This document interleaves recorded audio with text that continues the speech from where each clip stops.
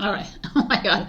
I've been like fixing myself for 7 hours here. Okay. What the fuck? April 22nd to 28th. Yeah, I went back to dates because I realized, I don't know, doesn't really matter at the I don't care. No.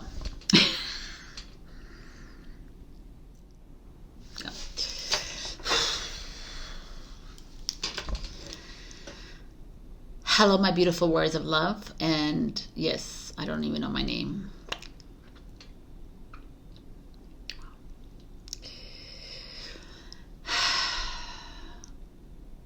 Hello, my beautiful words of love. My name is Sabrina, and welcome to this last week of April. Happy birthday, Taurus. We're moving into Taurus season, which is all about money, money, money. Whatever. It's fine. It is. Oh my God.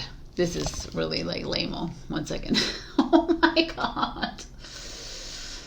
Breathe it. Breathe out. Everything's going to be fine. You're going to be okay. Everything's great, right? Everything is just A1. All right. Let's get this party started. Let's get this party started right. For all of those that you look.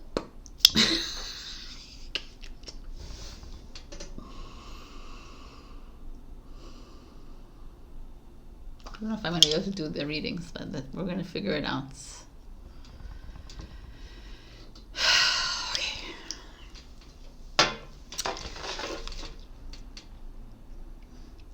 Hello, my beautiful words of love. My name is Sabrina, and welcome to this weekly reading.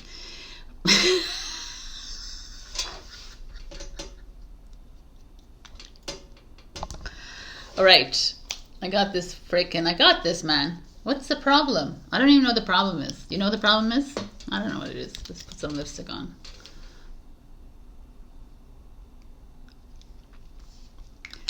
I don't know. All right.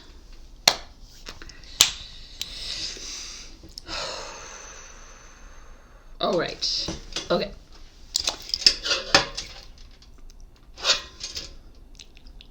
Hello, my beautiful words of love. My name is Sabrina, and welcome to this weekly reading from April 22nd to 28th. Yes, I know I said I'm going to... Who cares about dates? But I'm doing them. It doesn't matter, right? It's like that this week. It's going to be fun. All right. Hello, my beautiful words of love. My name is Sabrina. Welcome to this extended reading.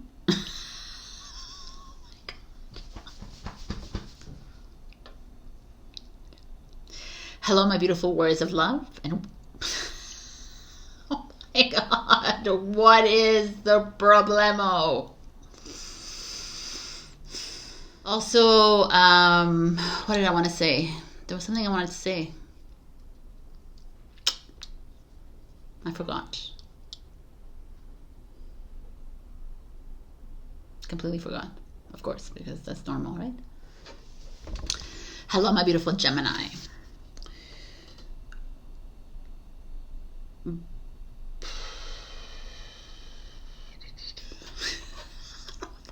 I had like a brain fart.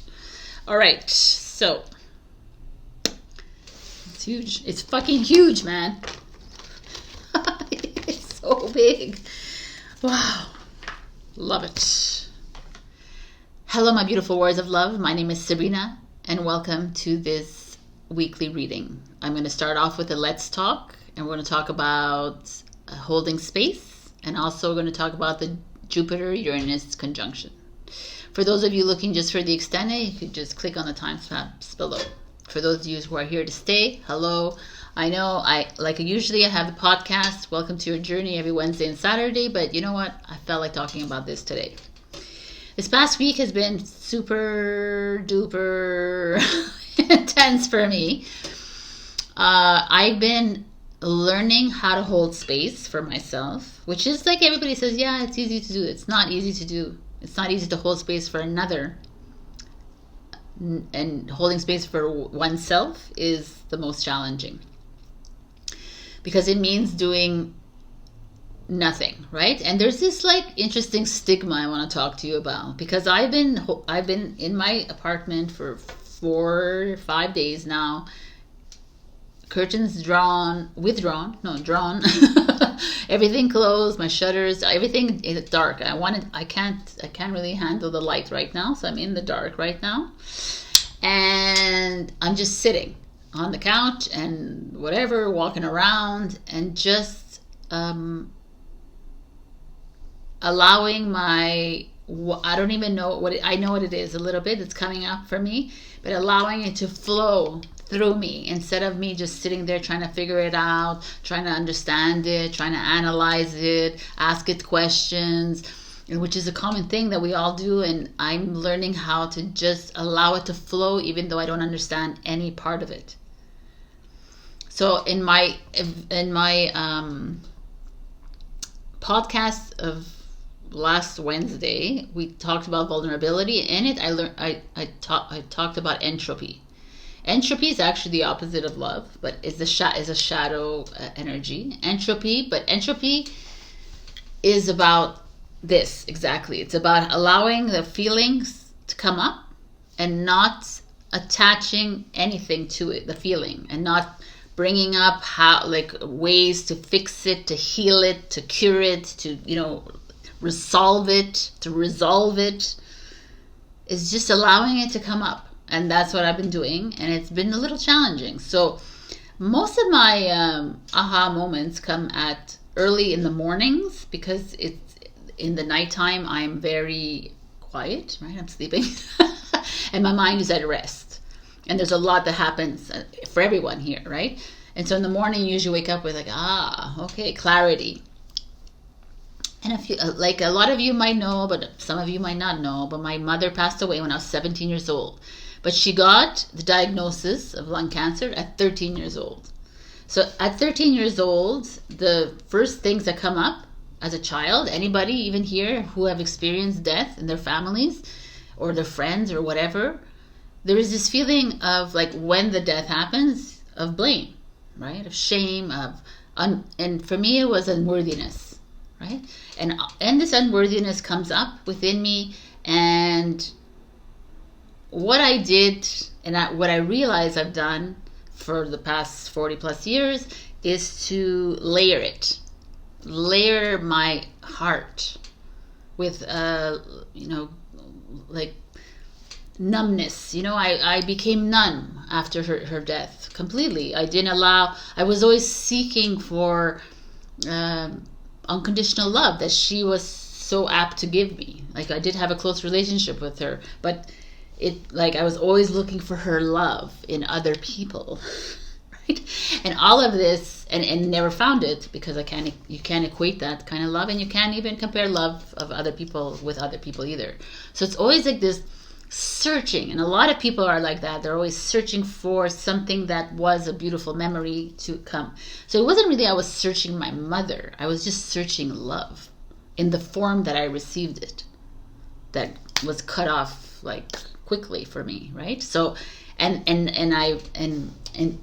in searching for it, and I put myself in some like icky situations with men and with friends and with family members and blah blah blah. But that was my experience, and this is what I have to go through to get through it. But right now I feel like this unworthiness, and this like not being able to be loved, and all of this, like I have no it's almost like I know how to love, but maybe I don't know 100% how to love. I think I'm giving 100% love, and maybe I'm giving 50% love. Imagine if I could give more of it, right? So it was like, wow, there's a lot of that coming up, and it's like I'm not trying to figure it out. I know that I just needed to clear, and all the layers need to just clear. So that's like 40 plus years of layers clearing, and I just have to sit with it and allow it to flow. And not judge it, and not judge myself. When you're holding space for yourself, you're not judging yourself, you're not criticizing yourself, you're not hating on yourself, you're loving yourself. You're loving your ugly, you're loving your uncomfortable, you're loving everything about you, because it's your character that's going through this, right? At a soul level, you are perfect. You are whole, 100%. You know, you're at the lower ego level, the ego is wanting to protect you, to hold you safe, right? To keep you safe.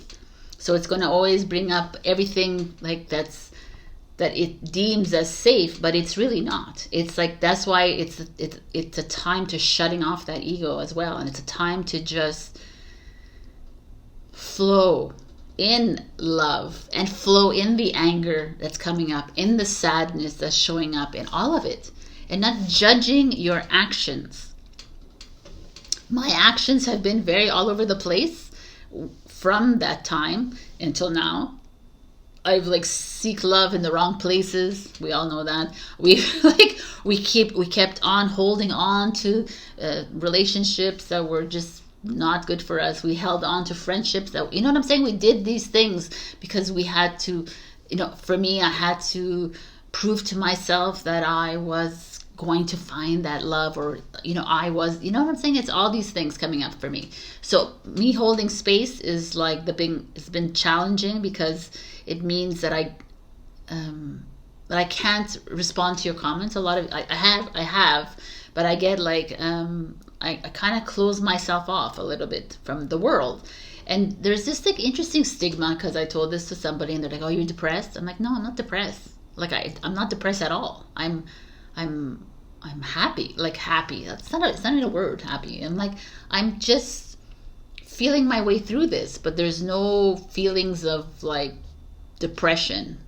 You know, and it's this like stigma of being alone, right? Oh, you know, because if I was out and about and I was like partying, and people were like, "Oh yeah, they're having fun."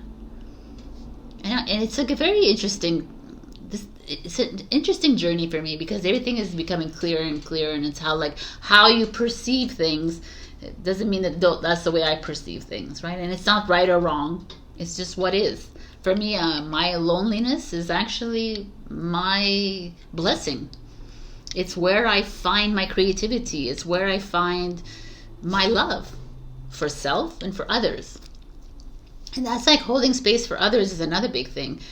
The holding space for someone means what to you, right? Holding space for me, what it used to feel like was like giving advice to people coming and talking to me, and then I have to give advice. But in the way I'm seeing things like move along, it's like holding space is not that. And what I've learned from my friend Katerina, who is my partner on podcast, she's also been able to help me with holding space, is listening. Is the art of listening, which is just listening to the person, not having to heal, fix, cure, whatever, or resolve a problem. It's just being an ear, a shoulder to cry on. Being that is holding space for someone, because at the end of the day, people just want to air out what they're feeling. And most people don't have that space to do it, because someone else has to help them through it or give their opinion about it, or like. And it's not that. I don't want your opinion. I don't want your thing. I just want to talk about it, right? And so most people, like me, do it alone, right? And it's okay. Either way is like, there's no right or wrong. So I'm just curious how you hold space for others, and how if you're able to hold space for yourself. And holding space for yourself, it doesn't mean like reading a book or doing something. It means actually sitting and clearing the lower mind, the lower ego, and not allowing any kind of extra chatter to happen. So anyways, I should I'll probably talk about this in a podcast soon. But I just wanted to share that with you, because to me it's I feel like I'm at this point in my life where my body is like, okay, the only way you are going to shed the layers, which I'm like challenged by, is by shedding the inner layers. And that's like my challenge. But there's other people's challenges. It's like it's just all encompassing, right? Where we're not here to bury anymore our emotions, and we're not, oh, I am strong, I am independent, I am great, oh, I feel great, I'm amazing, I'm like 100%. And I'm like, you're not 100%, man. There's no one here at 100%. And if you were 100%, then you wouldn't be here, physical. You'd be light body. So let go of all that and just feel your way through your emotions. And don't judge yourself either. Well, I'm feeling angry and I shouldn't be angry because I'm spiritual. BS, right? That's where it's all like distorted.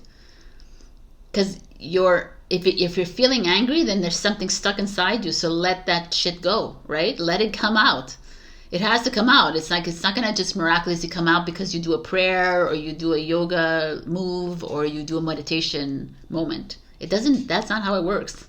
It works. It has to be stirred up, and you need to allow it to come up. So for you, if it's movement, walking, whatever, and that allows it to come up, then freaking do it. For me, it's to sit and allow it to come up. And if it comes up in tears, like I've been crying sporadically, then I'm stopped, then I'm happy, and it's very Jekyll and Hyde moments. It's all good. I'm not questioning it, I'm allowing it. So wow, 18 minutes. Oh no, tons of bloopers. So 18 minutes anyways. So let me just talk about the Jupiter Uranus. I don't think I talked about it at the beginning. Jupiter and Uranus are in conjunct, coming together April 20th and 21st, right? This is the weekend of this reading. And it's in Taurus season. It's in Taurus. So Taurus is about material world, and Jupiter is about like expansion and massive shift and let's go. And Uranus is all about rebellion. So let's say Jupiter is like more, let's do this, rebellion. Let's do this. Let's do more rebellion, right? So if you think about this, there's going to be a massive shift happening within your financial world, with outside, maybe the banking systems, who knows, but like your career, your job, your projects, your business, your creativity, your stability, your groundedness, your home, your family, all of this might be coming up already for you, and it might continue. It usually happens every 14 years, Jupiter and Uranus, but this one, as massive as it is, hasn't happened since 1941. And it's a big one if you're a Taurus. If you're a Taurus watching, this is huge for you. It's like a massive. And if you're a Taurus, then it's interesting because we've been getting abundance for ever, and now we're in it, right? So this is time to clear, and that's why probably I'm being pushed to clear. So I don't know where you're at as well. Let me know in the comments as usual. All right, so join my podcast again Wednesdays and Saturdays. Welcome to your journey. We talk a lot about these things. We're going to be talking a little bit more about our personal experiences on this journey, and a lot. We have 25 topics already, so we're guaranteed 25 episodes, and it continues every day. So okay. I'm not going to be pulling out a free reading this week, just because I'm not feeling it this week, but I will continue it next week, or I think I'm going to be adding new perks for the members here, new videos. And I'll be doing something different. All right. I'll see you in your readings. Have a beautiful week. And that's it. Bye. Hello, my beautiful Aries. We got Daffodil Fairy, New Beginnings. Number 10, which is 1, New Beginnings. So when this shows up, we know that there is something ending in your life. Whether it's a relationship, whether it's an idea of a relationship, whether it's a actual death, whether it's a ending of a job, career, whatever it is in your life, that you feel that it's closure time. It was a part of your life that occurred to strengthen you, to weaken you, to challenge you, to uplift you. Whatever it is, whatever the reason, whatever the lesson it was, it's time to thank it, forgive it, whatever you need, however you need to respond to it, and let it go. because now it's time for something new to come in. The only way new can come in is if we let go of whatever that was. That it was, could it be something that was a spoke in the wheel for you? Could be something that was holding you back from moving forward. Could be a person, could be like a thing, could be like a feeling. Whatever this is, I'm curious to see what this is in the cards. So, new beginnings for you, Aries. Are you feeling it? It's almost like we're at the end of Aries season, moving into Taurus. So now that we're here at this end, are you able to move past whatever it is that was holding you back, whatever it is that's like keeping you from moving forward? Our first card is the solar plexus chakra. I'm using the Psychic Tarot for the heart, so they have chakras in them. Solar plexus is right here. It's your power, your confidence, your strength. It's related to, usually I would say it's a Leo energy, but Aries, it's a fire sign. Solar plexus, so if it's showing here, it means that you have perhaps lost a bit of your footing and you're needing to regain that confidence again. Listen to me. On this journey or whatever journey you're on, confidence is often at play here, because there's like this, you can be overconfident, but you could be downplaying something right within you, right? There's no one. Anyways, it's not about like sticking to the stigmas of these words as well, because to me, I feel like this showing up to you means that there is some form of, that you may have lost your footing. So let's just look, loving the colors. Let's look at what the next step is. 7 of Cups, daydreams and decisions.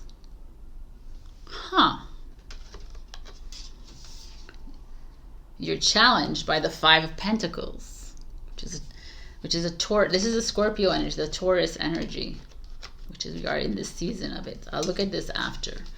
But right away, daydreams and decisions. Like I'm all for daydreaming, because daydreaming is actually us moving and creating this new earth and creating this new evolutionary energy, right? But when I see them all together, there's obviously something within you that you've been trying, you're a little confused, right? There's a lot of, you're trying to, and this is a Cups energy, so it's about love, it's about emotions. You're maybe trying too hard to figure something out with this 5 of Pentacles here. 5 of Pentacles could be an energy of money and finances, and having a little bit of a dip, a low in that. Could be that. But it also could be your, like the panda is a little bit depressed, a little bit feeling low. It's like there's so many things, around you in your life that you thought were going to go one way when it came to that relationship, when it came to that job, when it came to your project, when it came to your journey. There's like, you had these like ideas, you had already these like fixed visions in your head of how things were going to go, and they're not going that way for you right now. And your self-esteem, your insecurity level is at a high, and you're completely challenged by it, and it's affecting your career, and it's affecting your some of you, it might be just your finances that are affected here, that you're not making money, you put a lot of time and effort in a project and it's just whatever. Or there could be some of you like putting time and effort into a relationship that's just not working. You know, we tend to do this, and Aries and Taurus and a whole bunch of signs like this do put a lot of effort into things that are not showing up for us. You know, I'm a Taurus, so we put the energy in, and we were like freaking adamant, and you have a lot of like passion and desire to get this fulfilled, and you're perseverant, Aries, you of all people, and you're stubborn as F too, and you're going to see it through to the end. But all the signs are like, no, you're not there. That's not for you right now.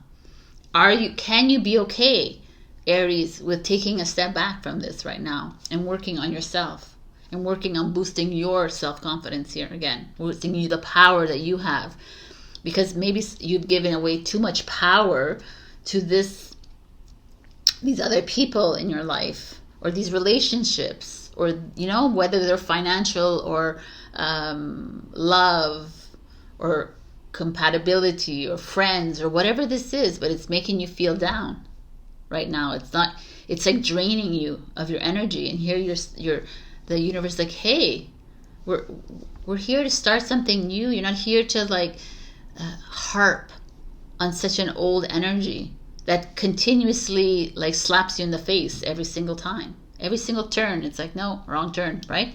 And you're adamant though. You're like, no, it's going to happen because I feel it in my soul. It's going to happen. But can you let that go?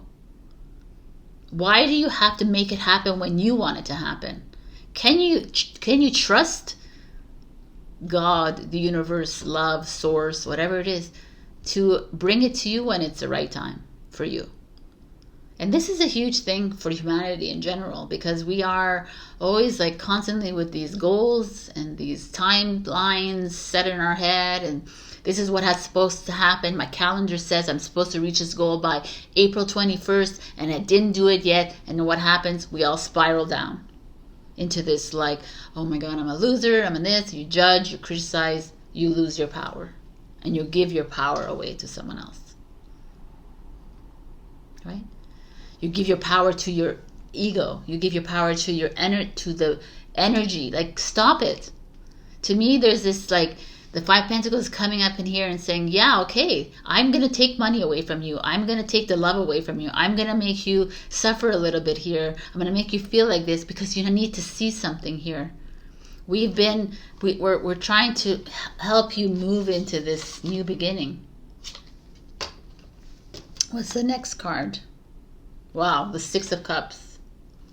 Amazing. Amazeballs. Okay. The Six of Cups in this deck is simply love. Right? There's a father and a son here, and there's this energy of like maybe it's time to reach out to, maybe you've distanced yourself from people that have to offer unconditional love to you, and an ear to listen to you, and whatever it is. And maybe some of you have to go back to your families, or maybe some of you have to go back to that inner child of yours, right? And to heal her or him. We get lost in the zone. We get lost in other people around us. We get lost in all these other like detours, and it's not about that. It's not about being adamant about making this. Like, you're not a winner, or like we're not winners or losers on this journey. We just are on this journey. Can you allow yourself to lose? Why do you have to like force something that is not happening right now? It's like, this to me feels like almost going back to a time when you felt that unconditional love in your life, at the time when you felt love. Do you know that person in your life that brings that to you? It doesn't have to, it could be anybody. Can you go and like maybe air it out with that person? I talk a lot about this in my intro. You can listen to that, about holding space. I feel like there's this, you've been I don't know why I'm getting this message, but Aries, you've been so strong, like pig-headed, almost ram-headed, that you're almost fixated on a goal that is, and the universe asking you, maybe that goal will come true one day, and maybe that person will come to you one day, but can you release it now? Please, can you start loving life again? Like, stop being so stubborn, because stubborn is a freaking ego trip. Which is this, solar plexus, ego, massive ego. So can you release it? Can you allow God or universe or your higher self to lead the way?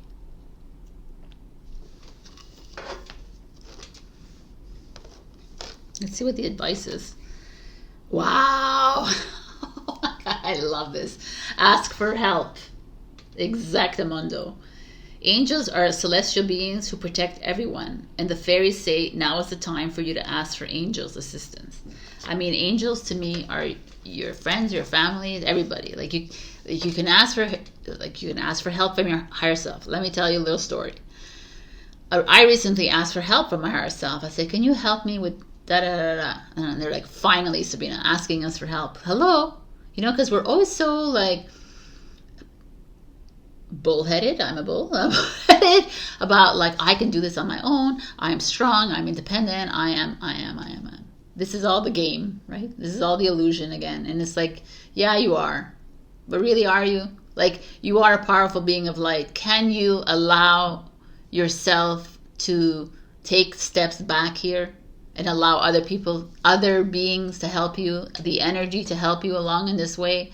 Why does it have to be a certain date? Why does it have to be a certain, like those are like made up, right? It's like, can you step outside of the simulation for a bit and look at it and say, okay, like whatever, it's almost this really giving it up to the universe. Can you do it? It doesn't mean like, it doesn't mean to stop and sit around and do nothing. It means to do things that are passionate within you. Be creative. And creativity again doesn't have to be painting and art and whatever. It could be anything that ignites something within you. I'm telling you right now, this earth needs more of you to be like channeling in there. And that's when things start to happen again. So this is very interesting. And we have health. I will honor the physical vessel that enshrines my soul. That's interesting. That shows up. I'm gonna bring out the Five of Pentacles, because the Five of Pentacles is Taurus, which is a physical sign. And health here, could also be related to Temperance, which is Sagittarius, which is your brother's sign. So just these two showing up here means to me that there's some of you that perhaps are foregoing a little bit that. You're working hard. You're working 25 hours out of 24 kind of thing. You're trying to make things work and they're not working. You're trying to make this relationship work and it's not working, and it's like tiring you. You're stressed. Maybe you have migraines. You have like, you're feeling a little depressed. You know what I'm saying? All of these energies are coming up for you. And they're telltale signs, these energies. And we always forego these things because we're like, oh no, it's because of the way I'm eating. It's because of this. Not because of that. It's because you're not facing that which is coming up, and you're not allowing the universe to guide you. Your character, your physical vessel, is doing a lot of heavy lifting, 100%. But can you allow the ethers, the cosmic beings of light, the whatever you want to see it as, the angels, to come in and help you along this journey? You're not alone. You're not here alone. Look at these colors. Green. I love it. And it's green. All right. I don't know. Green is prosperity, people. It's abundance. Also heart chakra. It's letting people in to help you. You're not here to only do things on your own. You are the one. All right. So I want to do something fun today. And I'm going to give you 3 yes/no questions to ask. And I'm going to use my pendulum, because I have that service that I have online where you can give me a whole bunch of questions, up to 100 questions, and I can answer them by pendulum. And it's not that easy. Everybody's like, oh, I can get a pendulum and do it for myself. But you have to have a connection with your pendulum. It takes time to connect with it. So I'm connected to mine. And we're ready to go. So ask 3 questions, which could be yes or no. And you'll get different answers. So question number 1, like think about it. Pause, ask the questions, come back. So this is answer number 1. For Aries, please. Okay. Answer number 2.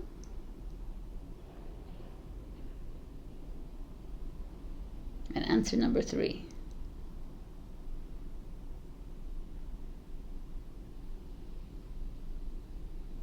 All right, so I got my answers. Are you ready? Question number 1, you got a yes. Question number 2, you got a big yes and trust. Trust the process. And question number 3, you got a no. So I hope that helped you. It's fun. Really simple answers. But you know, take notes. I don't know, your no's could be great, your yeses could be like not so great. So whatever it is, trust yourself, Aries. Trust, please. These are beautiful cards. It's like literally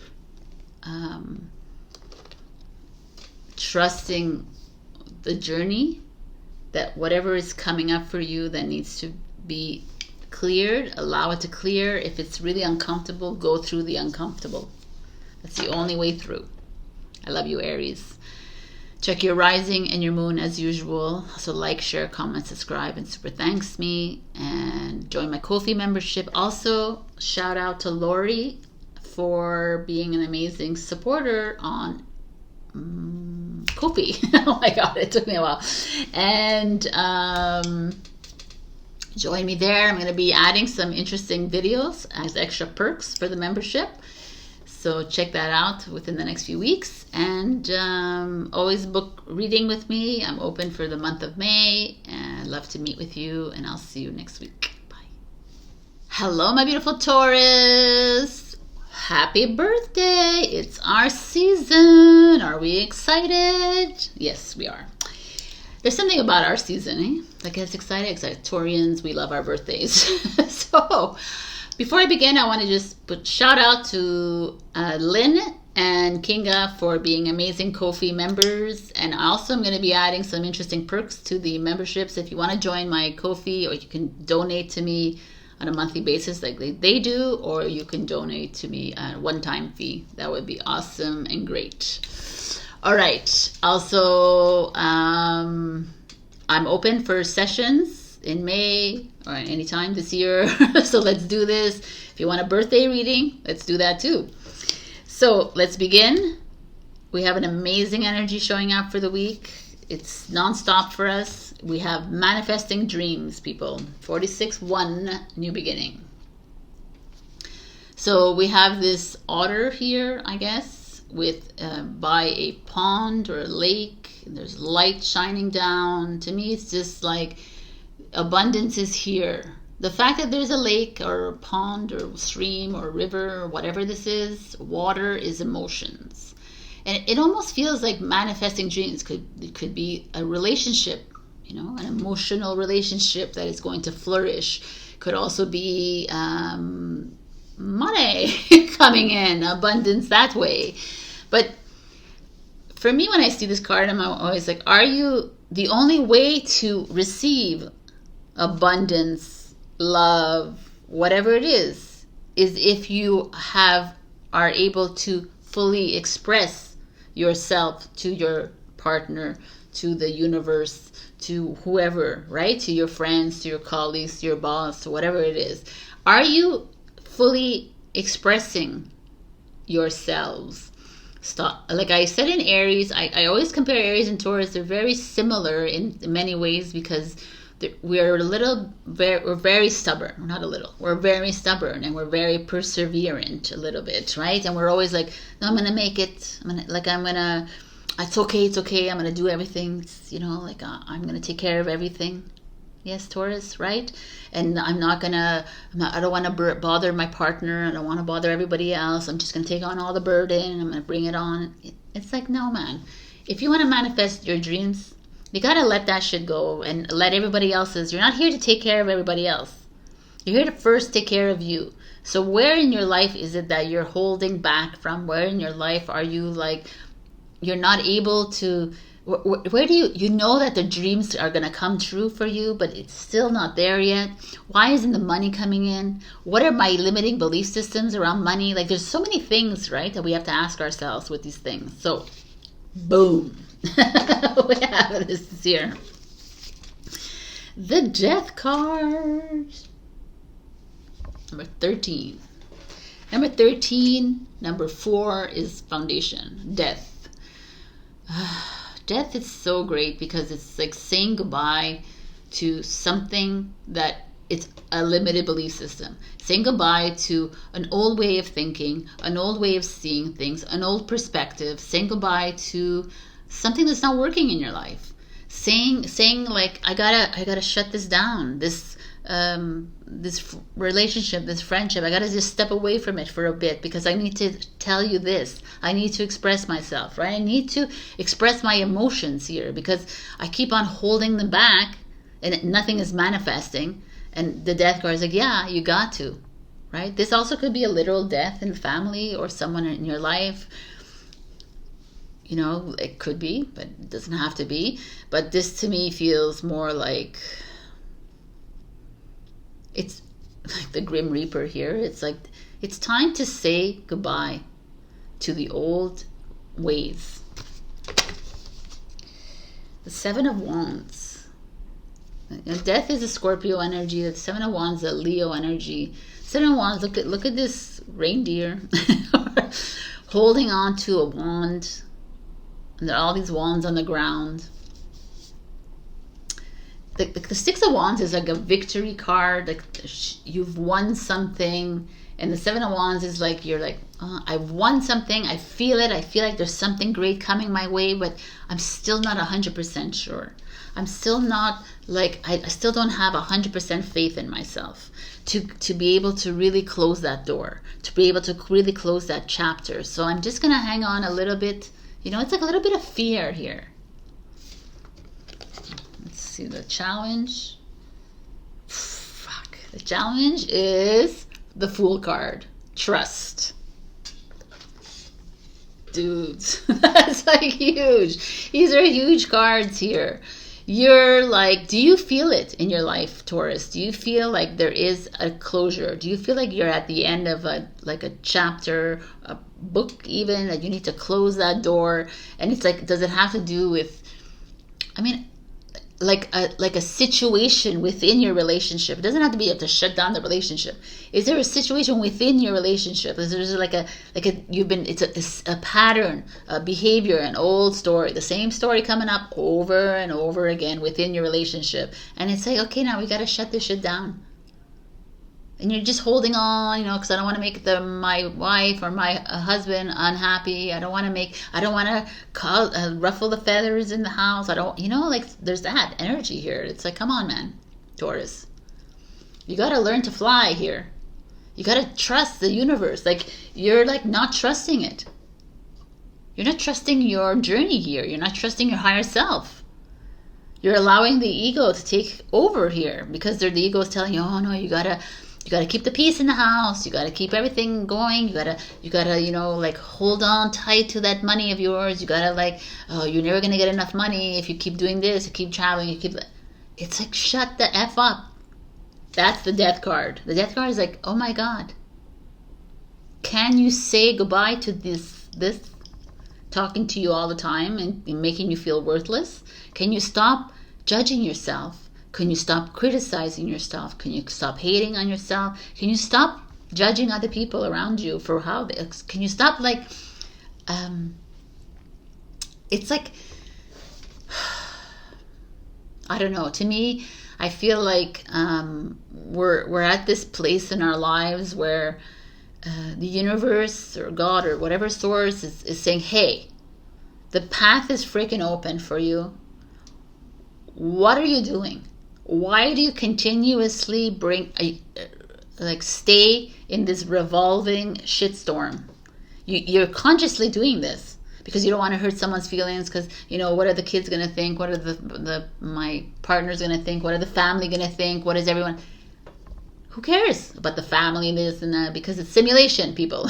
We're the Sims, right? Who cares? Start trusting yourself.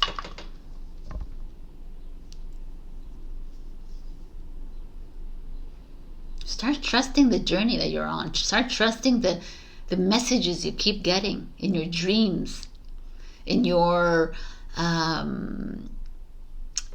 on social, it's just things show up all the time. Like, okay, it's not a coincidence. Like the AI is working, so it's listening to you. Like it's time to trust yourself. There's something big is here for you, Taurus. Something huge. What is it's the Eight of Pentacles, which is kind of interesting, and it could be huge within your career. Eight of Pentacles. Your a business project, an idea that you have, your hobby that you have. Maybe it needs to come to fruition. You know, it's your creativity. It's your education, perhaps. There's something that is like needing to like once you close this, something will develop. Maybe you're stagnant within your career right now. Maybe you're stagnant with your money, your finances. And the only reason you're that way is because deep down inside, you don't really have faith in yourself. You don't really, don't really want to take that jump. You don't want to take the risk. You don't want to trust the universe or your higher self. You say it, but you don't really do it. And you hold on. And when you hold on, you remain stuck in the mud. When you remain stuck in the mud, then you can't change. You can't evolve. And you stay in the 3D or the 4D. You know what I'm saying? If you're on this journey. Or you stay where you are. And let me tell you, people. We are not here to live these freaking routine lives. This is not what we're here to do. Absolutely not. Unless you want to live it, then go for it. I know in my heart, soul, that is not what we're here. We're here to create anew. And how do we create anew if we're constantly afraid to open the next chapter? That next door. We gotta move with these times. I mean, I have to tell you, honestly, the only way we move out of this is if the whole collective, all of humanity, finally sees its glory, finally taps into their creativity. But we cannot move until that happens. So, but it all begins with you, because we are the one. So are you ready to trust yourself? Ooh, we have many cards of advice. We have transformation, which is amazing. This is what this card is. This fairy tells you to surrender to a transformation in your life that's happening for your highest good. Embrace your transformation. The best is yet to come. I mean, come on, peoples. It's like showing up twice. Change is here. We're at this moment of change, and you're afraid to make these moves. And fear, false evidence appearing, fear is not real. Fear only exists in your ego, in your mind. Your mind will control everything if you let it. But you need to stop allowing it to control it. I'm going to do a podcast with Katerina about this ego, and it's going to come up in the next few weeks. And I'm going to teach you methods that I know of reducing this chatter in your mind. But for now, you know deep down inside that the soul speaks in yes and no's. Listen. And even if the answer is not what you wanted it, well, listen anyways. Because what you want is not important to the universe, right? The universe knows. The higher self, you know what is right for you. Your higher self, your future self, knows, your soul knows what is right for you on your journey. And the more you listen to that, the more change will occur within your environment and within the whole. That's how powerful you guys are. Come on, peoples. Wow. Fear. I realize that I'm testing my resolve to live in the energy of love. I mean, come on. And then we have humor, which is playfulness. I choose to focus on the lighter side of life. I mean, these cards are coming out exactly what I'm saying here. You're living in a little bit of fear, and you gotta laugh at fear. That's how I'm taking this. We gotta laugh at these emotions that come up. I don't know if you listened to my intro, but I am going through something really deep this week. And as I sit with it, I laugh with it as well. And I enjoy the discomfort. Because I know deep inside this discomfort needs to come out. You know deep inside this fear. You holding on to fear at every step of the way will not bring change, will not bring manifestation, will not bring abundance, will not bring love. It will not bring it at all. It will deter it. So what are we here to do, Taurus, on our birthday season? We're here to make the change.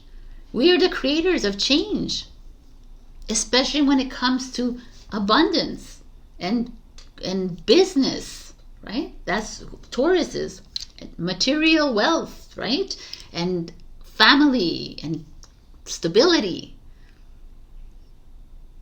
So it's like almost, I don't know. To me, I feel like there is like you're at that edge of the cliff, and it's just you choosing which path you want to take.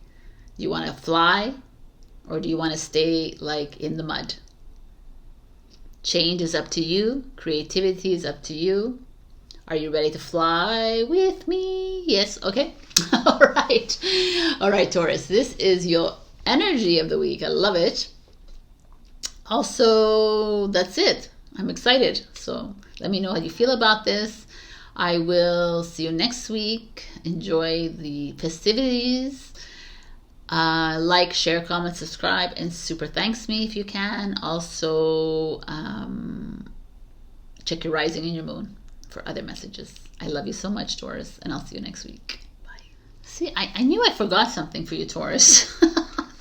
Like, there's something I'm missing here. I'm going to be giving yes and no answers with my pendulum. And since it's your birthday week, you'll get five questions. 5 for the month of May. Here we go. So think of 5 questions, and the answers are going to be yes and no's. And like I said to everybody, I offer these pendulum readings online, and everybody's like, well, it's so easy for a pendulum. It's not that easy because you have to be connected to your pendulum, and there is like a whole process with a pendulum. You know that if you have a pendulum.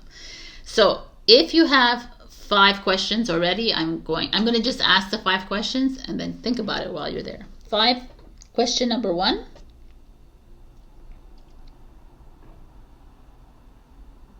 Interesting. Okay. So I'm going to answer the question right away. Answer number 1 is if you want is your answer. So I don't know what you asked, but it's if you want. Question number 2 for Taurus, please.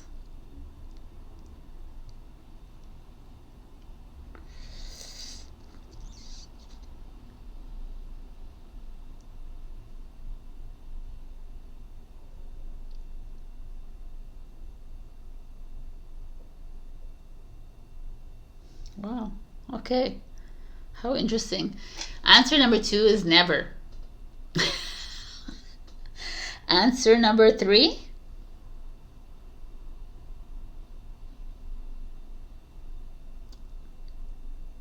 is yes. Answer number 4 is big yes. And answer number 5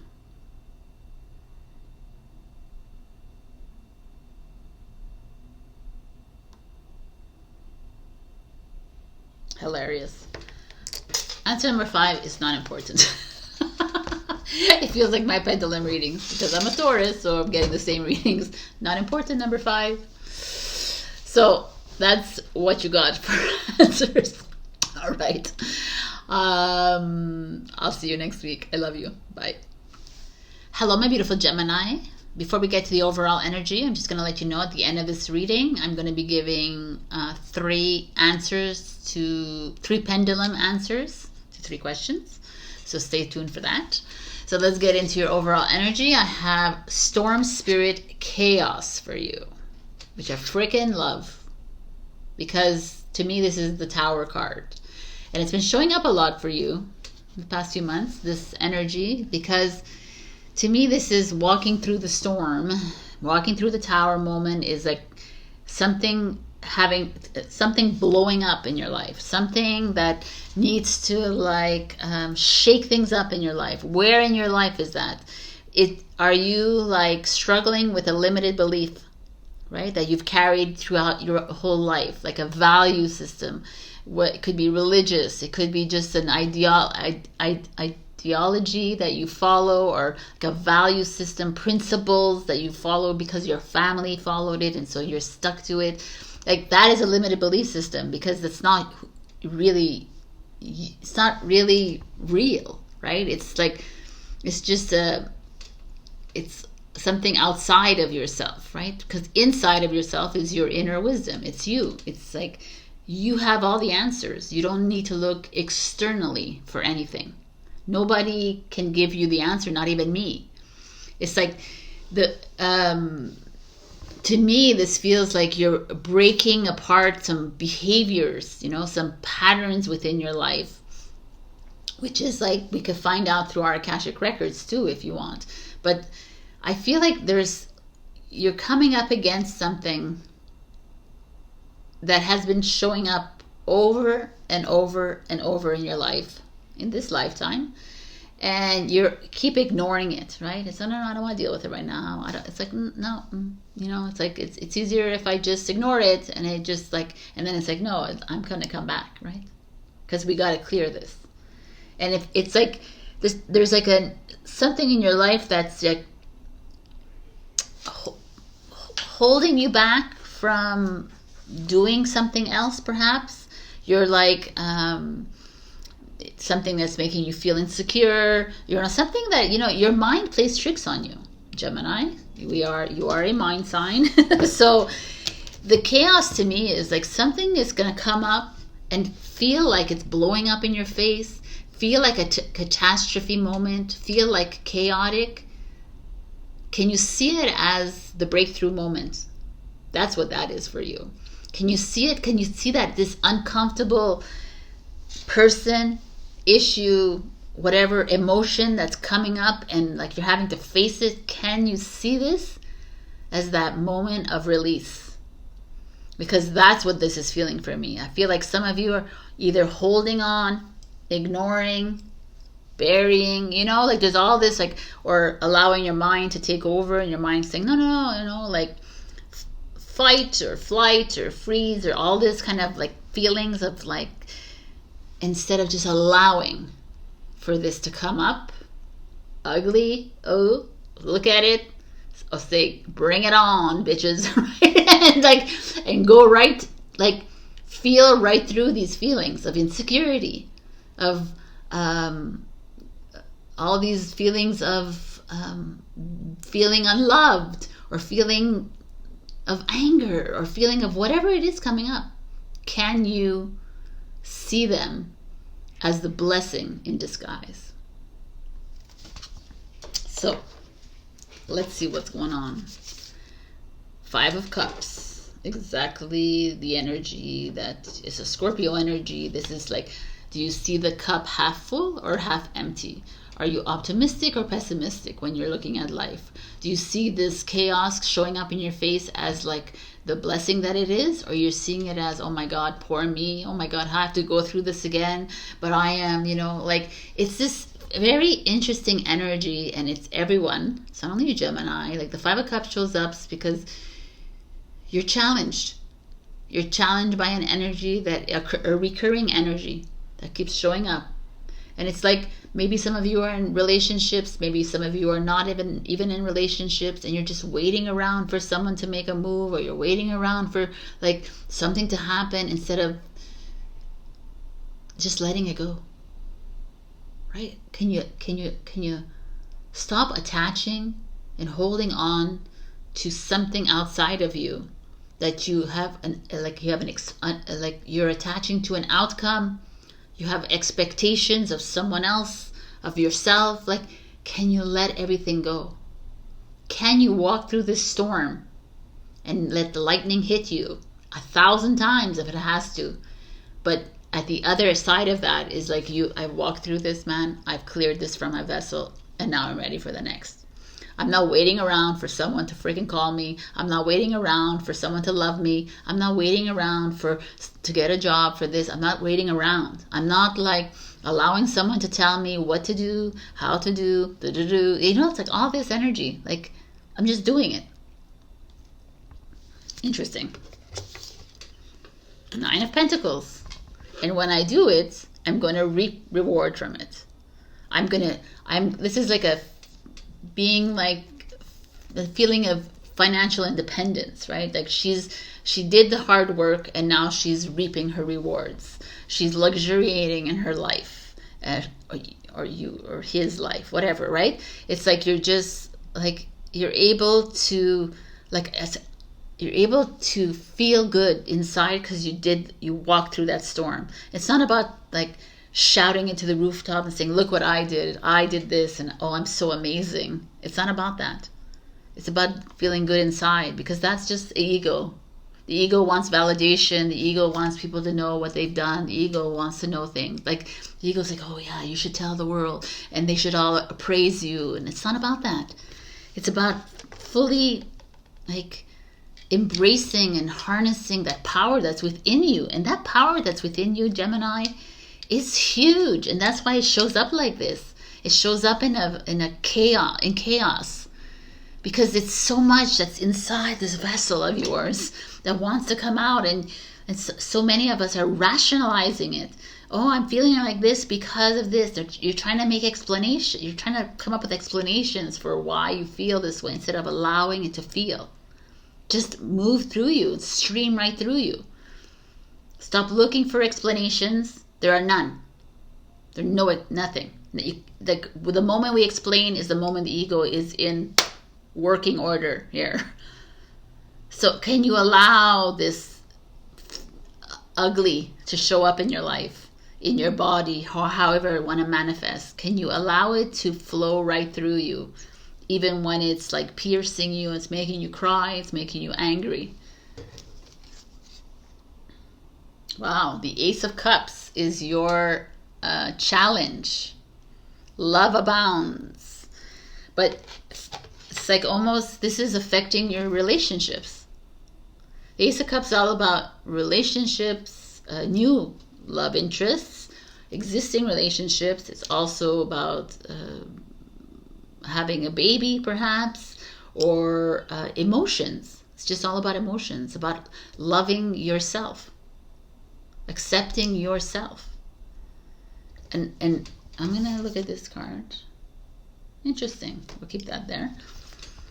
It's very interesting to me because this feels very emotional, and I know that we're not going to say Geminis are not emotional, right? You're heady, whatever, but everyone has emotions and feels them. And here you're denying yourself. You're denying, like, you're almost denying yourself from feeling fully these emotions, because your mind comes in and says, what are you doing? You know, and it starts judging you and criticizing you, and it starts to like tell you you're a loser. It starts telling you, oh, you're here again. You know, like it's like that constant chatter in your brain, and you're almost listening to it, and that's why you're feeling shitty. And this is why you're like you know that, like, and to me this is like there is some sort of reward coming your way, but it's almost being held back.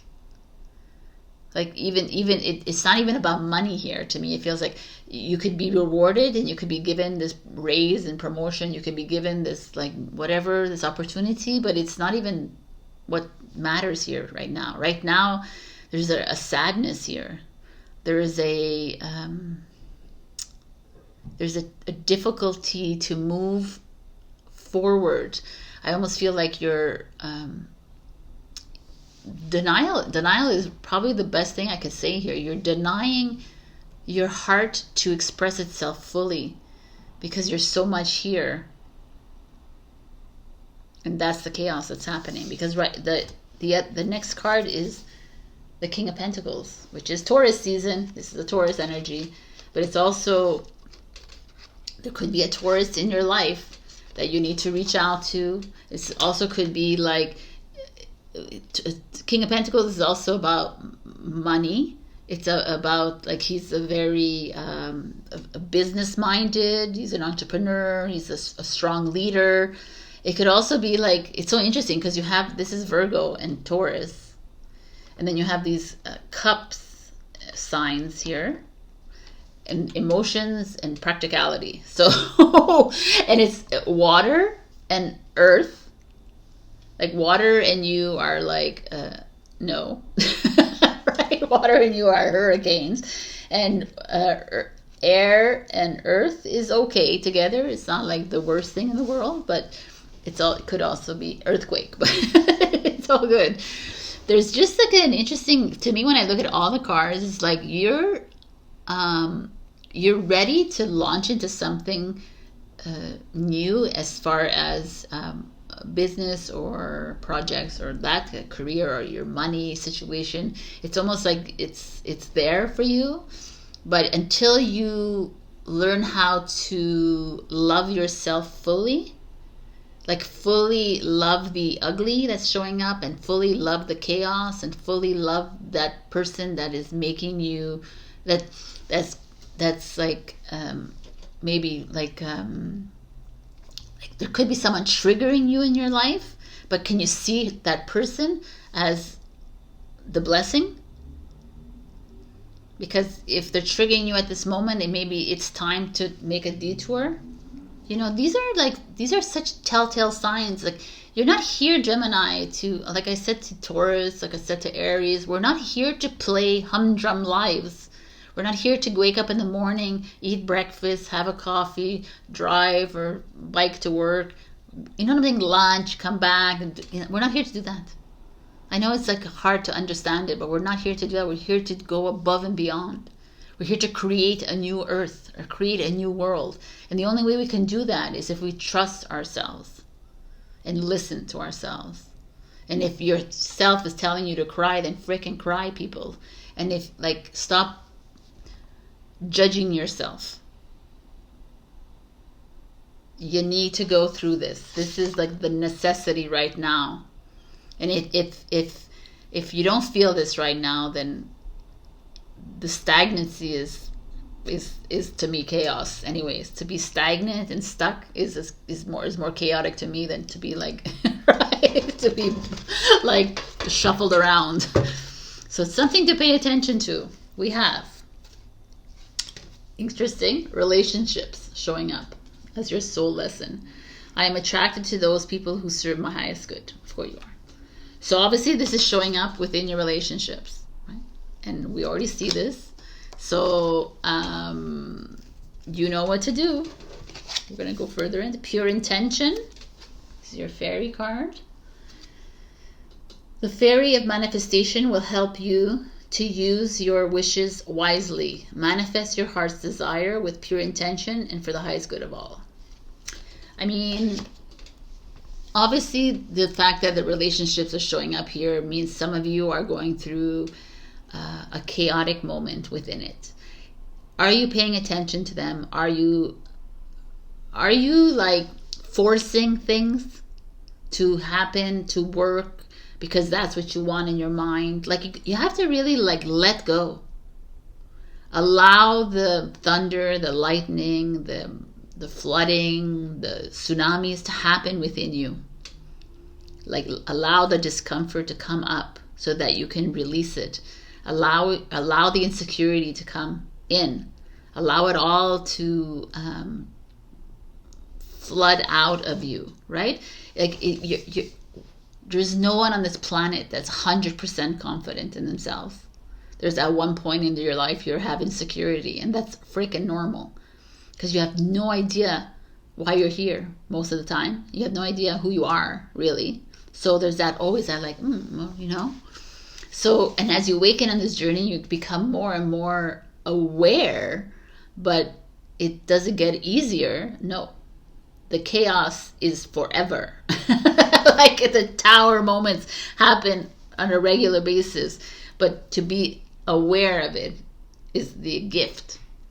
So within this relationship, why, like, must you hang on to a relationship that is not working at this moment? Can you let it go and allow it to come back in, or not at all, right? It's all like that.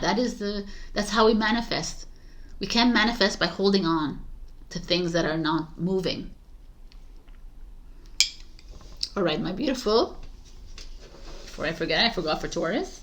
I'm going to do this pendulum questions. So ask me 3 questions and I will come out with 3 answers. And because I have pendulum sessions, so you can ask up to 100 questions with me on my online. You check it out. We Love Divine. So let's go. 3 answers, people. 3 questions. Think about that.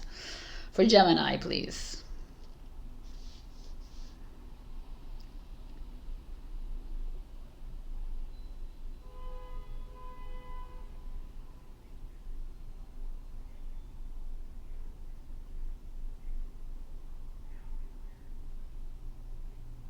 All right. Those were really quick, right, for you. So your answer number 1 was a big yes. Your answer number 2 was a no. And your answer number 3 was a big no. So big no is like no. All right. So those were your answers to your questions. I hope this reading helped you. Check your rising, your moon as well for the messages. Also like, share, comment, subscribe, and super thanks me if you can. And I will see you next week, my beautifuls. I love you and have a wonderful week. Bye. Hello, my beautiful Cancer, and welcome to this weekly energy. Before I begin and give you the overall energy, I just want to let you know that at the end of this reading, I'm going to give you 3 answers to 3 questions with my pendulum, so you can start thinking about them now or think about them later, but don't leave until you get these answers. And also on a weekly basis, I'll have Welcome to Your Journey podcast, which happens Wednesdays and Saturdays. Join me there, subscribe there, listen to us, it would be great, and comment as well. And that's it for now. Until the end of this reading, let's start. We begin with the Stag Spirit Leadership. So I freaking love this. This is like very Pentacle energy to me. Physical energy. Like the Pentacle is all about growth and leadership, and money and finances, career, abundance, all this feeling. Leaders are very much people who are... everyone thinks that leaders are these big talker. Leaders are very quiet. They do their work. They get shit done. They don't want praise. They don't want honor. They don't want the awards. They don't care about that. They just love their work and they get the things done.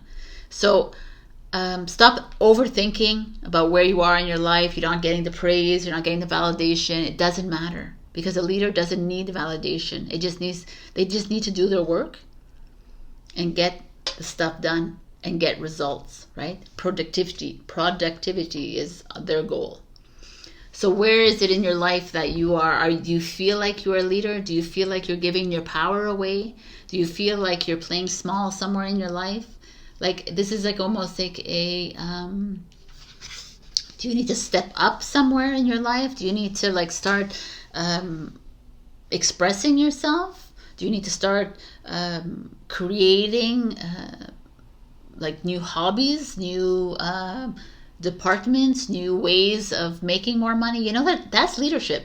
It doesn't always have to be like I'm the CEO of the company. It's like having initiative, doing things that you think are right for your position. Doesn't always have to be you going and asking for help and getting always being validated and being oh, you're so good. You don't need that, because you know. There's it's gaining that confidence within you that every step you're taking is right for you, and if it's right for you, then it's right for everyone else. And trusting in that, and trusting in that inner voice. The leader is only it's not all about brains and education. It's about listening to his or her insight, right? Inner voice. So let's go. Instinct, right? We have that business acumen is like instinct. So, we have Magician in reversed. So manifestation showing up in reverse. Ugh, that's interesting. Let me show. Two of Swords, refusing to see. King of Cups, Scorpio energy is like in reverse. Okay, interesting. So when I see, what I find interesting here, because the Magician in reverse usually means manipulation. It means sneakiness, connivingness, like getting your way through means of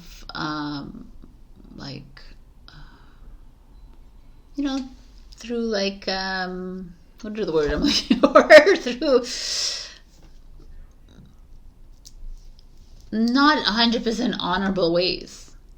So I don't know if this is something happening to you or you're doing that, right? You're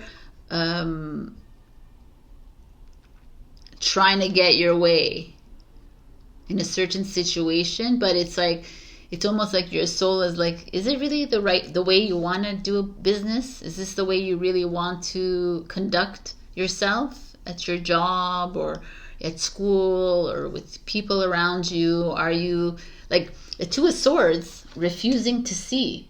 It's like something is happening, like you're stepping up into a leadership role perhaps, or you're stepping up into something's happening within your life that you need to take control over, you need to direct, you need to and to me, with the King of Cups in reverse as well, it feels like you're going about it in a very victimized way, like oh they're doing this to me, I don't want to see this, like I can't because I can't do this anymore, or I'm like, there's something very this is like I have to tell you, okay, so this energy here, which is interesting that leadership is showing up here, because this energy feels like this is all manipulation. So is someone in your life manipulating you? There could be that, and you're refusing to see it, and you're feeling like you're hypercritical, you're hyper judgmental of yourself and perhaps other people. There's like this feeling of you like seeking validation because of this, seeking love, seeking like approval, seeking something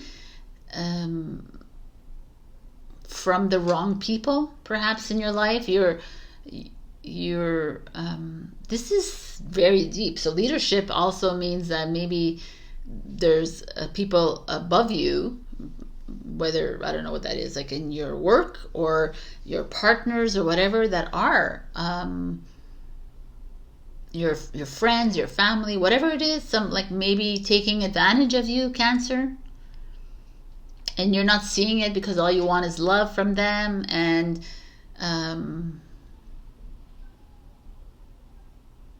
it's a little disturbing actually for me to see this here, because it could be you feeling sorry for yourself, which is not great, and you're not refusing to see like that something's got to give here, and you're giving yourself too much over, like you're giving too much love to other people and you're not receiving it back. That could be it, but it could also be someone around you that's taking advantage of you. But it's not about, even if they're taking advantage, it's not about you saying, oh, well, you see, poor me. It's not that. The poor me and the self-pity has got to be like shoved outside of like the realm, because this is, to me, this feeling of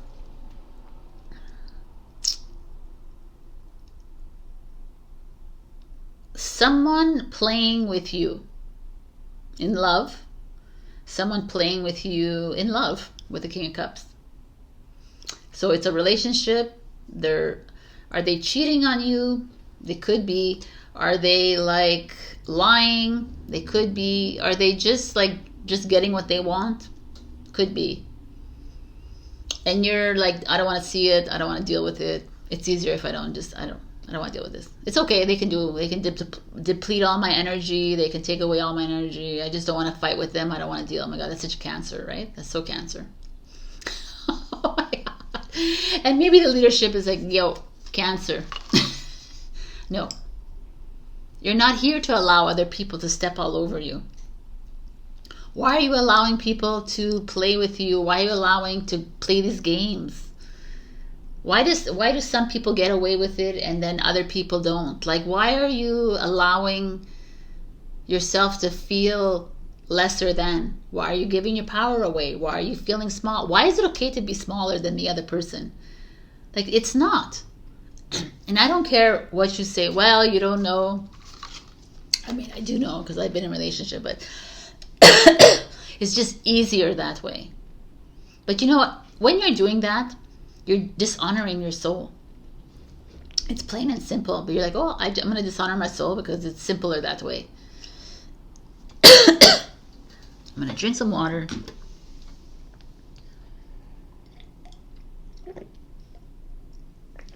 I have to tell you though, every single time that happens to me, because I know that someone here is watching and they're not expressing themselves. You're refusing to see and you're refusing to speak. And you're speaking maybe to the wrong people, and you should be speaking up to the people. And you're not here to seek love, right? Because you are love. And people who love you will love you. People who love you won't manipulate you. People who love you won't make you feel like a piece of shit. People who love you won't criticize, judge you, hate on you. They just don't. Because they love you. So Cancer, this is huge energy here showing up, because I thought it was going somewhere else, but it's going here.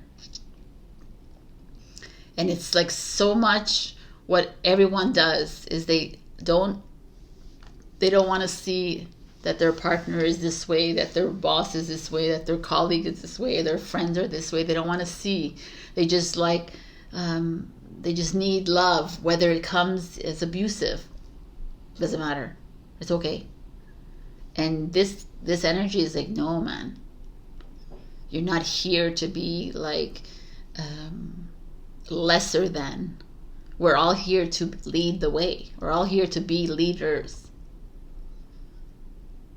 You need to start trusting in yourself and your voice, and use your voice to express. And if that person on the other side turns around and makes you feel like that's something you need to pay attention to, and there's no way in hell that you should allow yourself to receive any of that.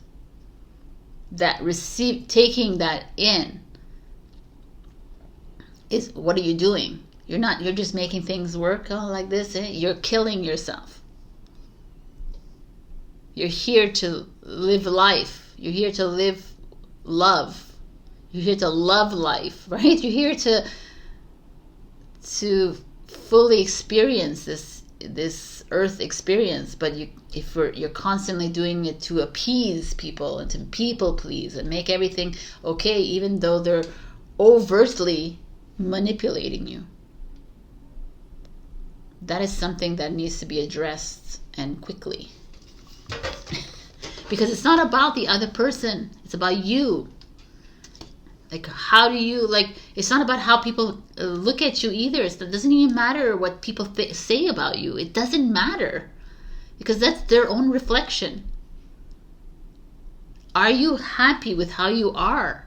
Are you happy with who you are? So then, express yourself. Dude, this is not working. No, you can't say this to me. It doesn't matter. Nobody has hierarchy. Everybody like is so afraid in this world. Oh my God, I can't say this because no one is bigger and higher than you. Well, because he's my boss. You know, okay, because you allow that. It's not like, so what? It's very nice. He's your boss. Perfect. In this hierarchy of work. But why? You can't say anything to your boss? Oh, I'm going to get fired. But then that's not the right place for you. Because if you can't express yourself in a workplace and there's a problem with the leadership, and maybe it's time for you to lead here. This is this feeling I'm getting. I'm like this is like very effed up. And you're like seeking this approval, and you're seeking this, like, I can't say this word enough, but a validation. You're seeking love from someone who is constantly manipulating you, who's constantly bringing you down. And like, you know, you don't want to change it, fine, but you don't want to like ruffle the feathers, fine, but you got to do something for you here.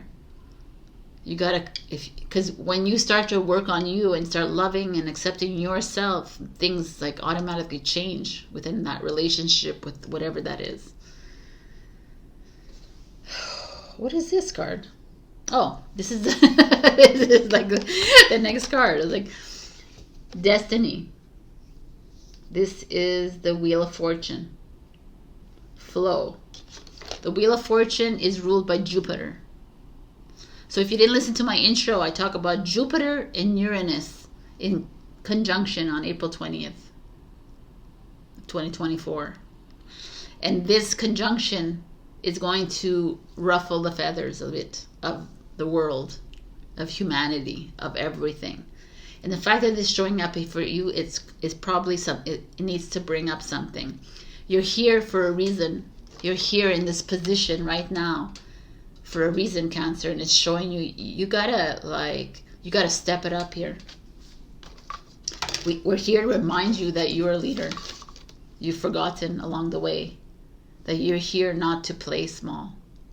You're here to play your role, your starring role in this movie, in this simulation. And how are you playing it? You're playing it by like, oh, I don't want to. No, that's not the way we play, right? Are you the star of this? Are you a background actor? I don't think so, right? The Wheel of Fortune is like stepping up into this leadership role. It's usually the Wheel of Fortune to show like the 4 fixed signs, which are Leo, Aquarius, Scorpio, Taurus. We are in Taurus season now, and it's like step it up here. Aquarius, I called you Aquarius. Cancer. So your advice, your lesson is perseverance. Freaking love it. I know what I can do, whatever I set my mind to. Yes, we need some perseverance here. But perseverance not of like blame, shame game. Or it's their fault, they're manipulating me. It's not about that, by the way. If you're cognizant and you know, conscious about the fact that this person is manipulating you, it's not you. You're wrong. I'm right. It's not this. It's like, okay, no, man, this is not going to happen anymore. I'm going to change it up, and I'm going to change the way I am. Right? It's not about the other person is wrong. Because that's just a mirror again. Because if you see something is wrong with someone else, it's because it's wrong within you. So perseverance, can you persevere here and find within your soul and become aware of the situation and say, okay, I am going to make my change within me. I'm going to be the leader. And being the leader is not saying, you're right, you're wrong, you're stupid, you're idiot, you're this. It's not that. Leaders just lead. They just follow their path. And if the leader in your life, the CEO, like the CEO, that's not a CEO, a leader. A leader is just someone who is shining the light. Your next advice card is healing. Now is a time for you to give or receive healing. Everyone has a natural ability to heal others. Yes, even you. And that, my friends, is leadership. Because when you're doing what you love, and when you're not accepting bad behavior and patterns, and you're not accepting like people's criticism, judgments, whatever, and you're doing what you need to do, that's you leading. Can you get that to that point, Cancer? Can you release these people from your life? Or if you can't release them, can you step it up within your own life? Because it's time for change. Because we are here, the Wheel of Fortune. The time is now. This is your destiny. This is your karma. This is where you're supposed to be. You're supposed to be feeling like this to step up into your leadership role. Deep, people. All right. So let's do this. We're going to do a pendulum reading, like I said at the beginning. Your 3 questions. There's going to be yes, no, or some other kind of advice coming for you. So ask these questions, my beautifuls. Think about these questions. That's what I'm saying. So question number 1 for Cancer.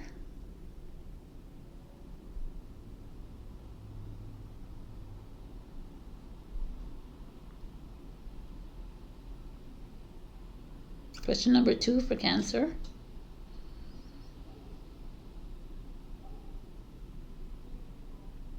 Question number 3.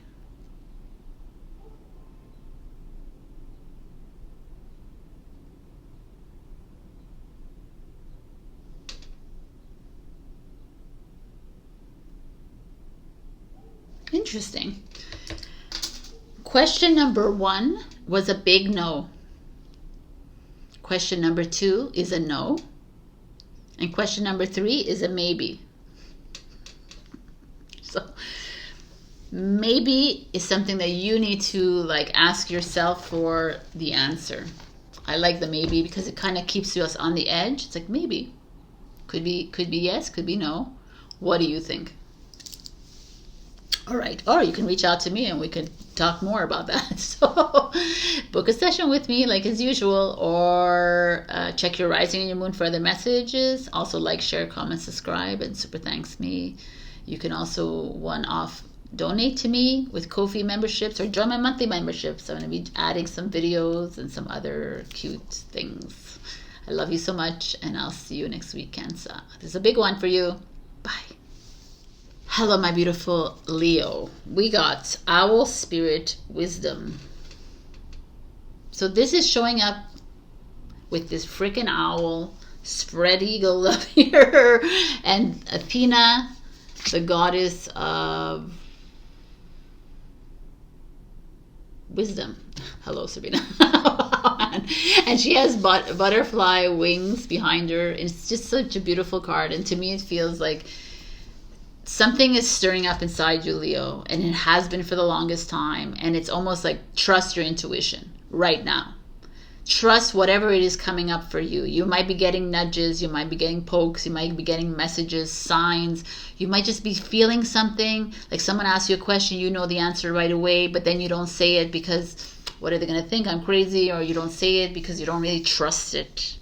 And this is telling me it's now the time for you to start asking yourself questions, to start listening to your questions, to start this journey full on.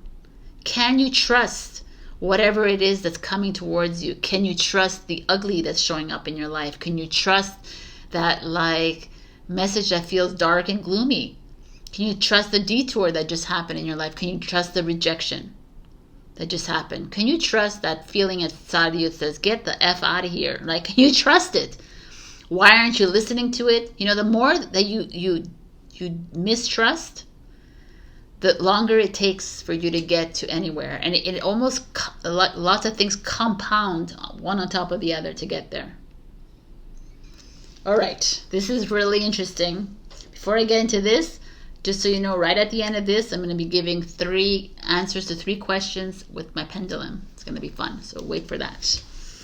So let us begin. Leo, 10 of Cups. That was good. 10 of Cups is happiness within your family, friends. Things are just culminating. Like So maybe some of you have bought a new home. Maybe some of you thinking of buying a home. Some of you are just had a new addition to your family, whether it's a baby, whether it's a dog or cat or pig or whatever it is. There's just this feeling of completion, with a happy completion, right? An emotionally satisfying completion here. The World. Woo! Look at these cards, man. Okay, let me pull out these cards. The challenge is Temperance, Sagittarius, which is your fellow brother sign. The reason I say brother is because you're divine masculine energy. Oh, look at this energy. King of Wands, Leo, Capricorn, Sagittarius, and Pisces. Big energies here. That's what comes with wisdom. So when I look at all the cards together, I don't know why I did that. When I see all these cards together, like the World card is travel. It's like also starting of a new journey. Like you just ended something amazing and now you're launching into something even better. There's something like opening up for you. There's victory in your life. Like something, like you needed to complete something. You needed to move out of your home. You needed to move into a new home. You needed to marry or partner up with someone, or, you know, whatever this is. It was like a welcome surprise that came into your life. It could be small even. It doesn't even have to be these big things that I'm talking about. And the World is like, okay, now we're ready to move into something new. Are you ready to do this for us? Are you ready to start listening into your inner wisdom and start taking these steps into onto a new path, like starting your own business that you've always wanted to do? Where's that, like, this is the drive that's inside. There's a Capricorn energy. It's very ambitious. Like, can you go deep inside you and remember what it is that you're passionate about? And the King of Wands is like, yeah, I'm ready. Let's go.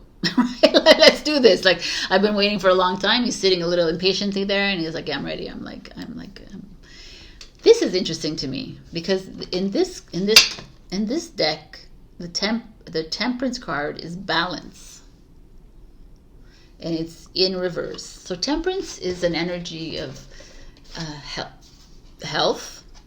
Could also be a mastery. You know, it's this balance of, yeah, balance makes sense. A balance of emotionals and mental, and you're unbalanced. So you're on this seesaw right now. Things are like looking up for you. You're making strides in your life, Leo. You feel like you're on this like high. You feel like you're ready to step into this new project. You're ready to step into this relationship. You're ready. And yet, you're not. Because you're in your mind. You're like, am I good enough? Can I do this? You're allowing your mind, your emotions to get to you, but I feel like a little bit low. I feel like I can't do this. I can't. How am I going to do this? And the King of Wands is like, yo, are you for real? You're a Leo. Of course you can. You can do anything you want, right? And remember this, people, that doing whatever we want, does it always end up in success? No, it doesn't. And you have to be okay with that. That's for me, is the I don't remember. It's like the key point here it's the key takeaway here is that you could set your goals, Leo, on like the big house, on that big job, on that car, on that trip, on the house that you want, you can set your goal, your eyes on everything, and you don't get it at the end. It means that it's not meant for you. And can you accept that? Can you be okay with that? This is the big thing here. Can you, if listen to your inner wisdom, as it says to you, it's okay. It wasn't the right place. It wasn't the right person. It wasn't the right relationship. This to me is key right now in this evolution that we are in, because we are freaking evolving into greatness, and the world is changing. And are you ready to take this leap with this new earth, with this new world? Because some of you are having a hard time with it because you keep going back and forth on it. And you're not sure, I don't know, I'm not 100%, I'm not sure I can do this, because your ego comes in all the time. It's like, yeah, you can't, you're a loser, you can't do this, and your inner wisdom is like, yo, listen, listen to us. We need to be stronger here than this. I always point to here, but whatever, the ego, wherever it is, it's like, it's that little voice in your head that keeps telling you, no, you can't, don't go. You can't, you gotta be like secure, you gotta be stable, you gotta be this. You have to think about the future, you gotta think about your pension, you can't live your life. What the hell? You already live your life. It's all that bullshit in your mind. And it's like, to me, I always revert back to the King of Wands, which is you, right? The Leo energy saying, look at him.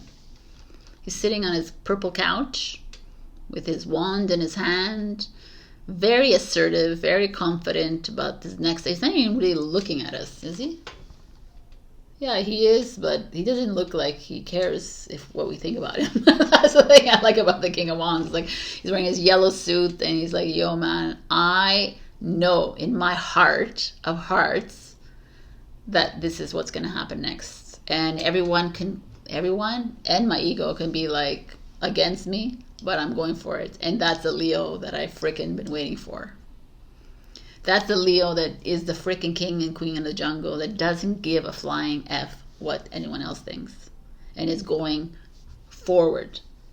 And knowingly and unknowingly, right? Going forward without knowing that it's going to work or not, and being okay with it. And that, my darlings, is the power of you. Because we don't know. No one knows what's coming next. You can do all the forecasts. You can do all the bullshit. You can watch all the predictions. You can like look at all the money stocks. It's all BS. Because you know who knows? Your heart knows what's coming next for you. That's all. And if you actually took the time to sit back and listen to your heart, not the mind, you would trust it, and life would get like this again, would get like happy, whatever, would get a little calmer. Because even when the shitty time comes, you're like, okay, shitty is here, I'm gonna let the shitty flow through me. I'm like the boss that I am. I'm going to take that time off. I'm going to take a few weeks off. I'm going to take 3 days off, and I'm going to take care of myself, which is this. It's like, it's time to take care of you, Leo. Like, we find ourselves at these precipice moments where it's like, I feel like shit. Yes, take those 3 days off. No, I can't. I got to do things. You can't do nothing. That's the thing. And that's like that breakdown of the ego. The ego wants you to do, fill your whole day with like tasks. I'm going to, and then I feel really accomplished. I did this and this and this and this, and your soul is like, yo, man, you're doing way too much. Like, what are you doing? Why are you filling up that day of yours? Can you fill your day with nothing, man? Can you sit on your purple couch here and fucking do nothing? Is what the universe is asking you, because it's already set in motion. Can you trust that? This is so key, man. Can you trust that whatever that you are seeking might come to fruition, it might not come to fruition, but know that whatever is coming for you is already set. And can you enjoy your life as you're doing this? Can you go travel? Can you just put up your feet here and, whatever pose this is, enjoy life? Wow. Listen, look at this. These are soul lesson cards, and your soul lesson is imagination, which I freaking love. I embrace and nourish the creative aspect of my mind. Can you step into imagination world, Leo? Stop thinking so much about the future and stop thinking about the money and how am I going to make this and I can't stress enough how the daydream in the imagination or imaginary world, how that, if you live there a little bit more, how you'll see it actually come into fruition at one point in your lives. Because that is where we need to be. We need to be imagining. We need to be creative in that field. Where can you be creative? Where can you be like, I don't have time to be creative. Be like, really, people? Yeah, you do. I don't have time to be living in La La Land. You don't have time to live in La La Land, but you have time to watch the Desperate Housewives, or you don't want to, I don't even know where they came from, or the Bachelorette, or you have time to, watch all those stupid reels. You do. You have time to sit in imagination. Because imagination is where we change as a one. I love it. Tap into that imagination, people. Celebration. Leo, I love it. Get ready to let your hair down and celebrate. It's time to go out to dance and play. An invitation could be on the way. Rhymes as well. Yeah, I don't know. For me, it's very clear as day that something massive is coming your way, if it hasn't already. And there's like a boost here happening for you. You're needing to trust yourself, even if you find yourself in a really tight situation right now. Can you trust the unknown? Can you trust that it's something is happening in the ethers and that it's going to the thing is, when you're trusting this, can it be about you? Can it not be about like, oh, I want this relationship to work, I want a new relationship, or I want can it be about you? That is huge. Can it, the King of Wands, he has no Queen of Wands, he's alone. Can it be your dream coming true? Because soon it will be time for all of us to celebrate. Because when we tap into our imagination more, this is when the change happens on this earth. And that's when we start to celebrate around the campfire, peoples. So are you ready? All right, Leo, we're going to have these 3 answers to your 3 questions. If you haven't thought about them, pause the video. I'm going for it right now. So, answer 1 for Leo.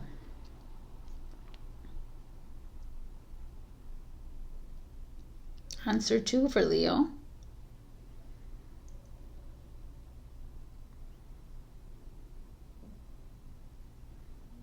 All right. That's, if you see the way it's going, I'll tell you after. Answer number 3. Interesting. All right. Answer 1 is a big yes. Answer 2, the one, big no. Answer 3, not important. All right. So those are your answers. I love this reading. Are you ready for big change, man? It's time to step into imaginary worlds, creative worlds. Let's do this, people. Let's create, create, create. I love you so much. Check your rising and your moon. Also, like, share, comment, subscribe. Super thanks me if you can. And join my Ko-fi membership, where you can donate to me on a whenever you want, or also on a monthly basis. Like, I have so many already there. Book a session, peoples. I'll see you soon. I love you. Bye. Hello, my beautiful Virgo. Sorry. We got courage. We have this like Transylvania castle at the end of this beautiful forest. It doesn't have to be Transylvania. Maybe it is. Okay. Courage. When courage shows up, it means with these yellow flowers, and I always think of yellow as solar plexus energy, which is confidence, security, and it has these blue butterflies, Sabrina, which is throat chakra, which is expression. I almost feel like some of you are at a place right now in your life where you're needing like your life, yeah, like in your situation, whether it's a relationship, whether it's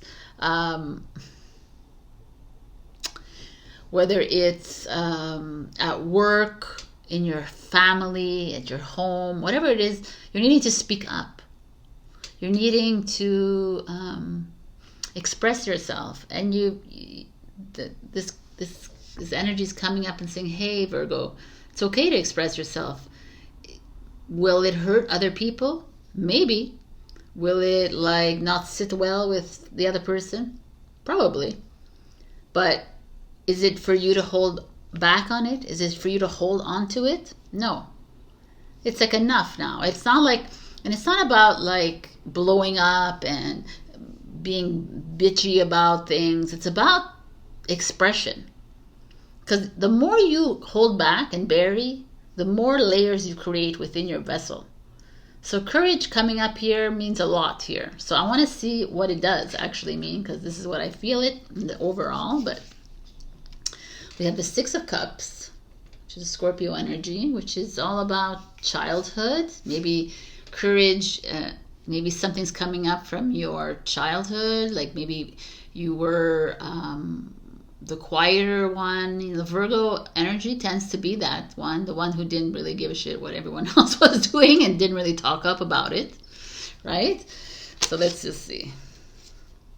Ace of Pentacles, Taurus, Virgo, Capricorn. Money, job, home. Your challenge is the World card, Capricorn energy. Embrace. And the Four of Cups is Cancer. Interesting. So if I look at the whole of this, it definitely speaks to me of a few things here. The Six of Cups brings up family, like your actual family. You're not your new family, like your mother, father, sibling family. But it could also be friends from it's like something like, because the Ace of Pentacles could be home, right?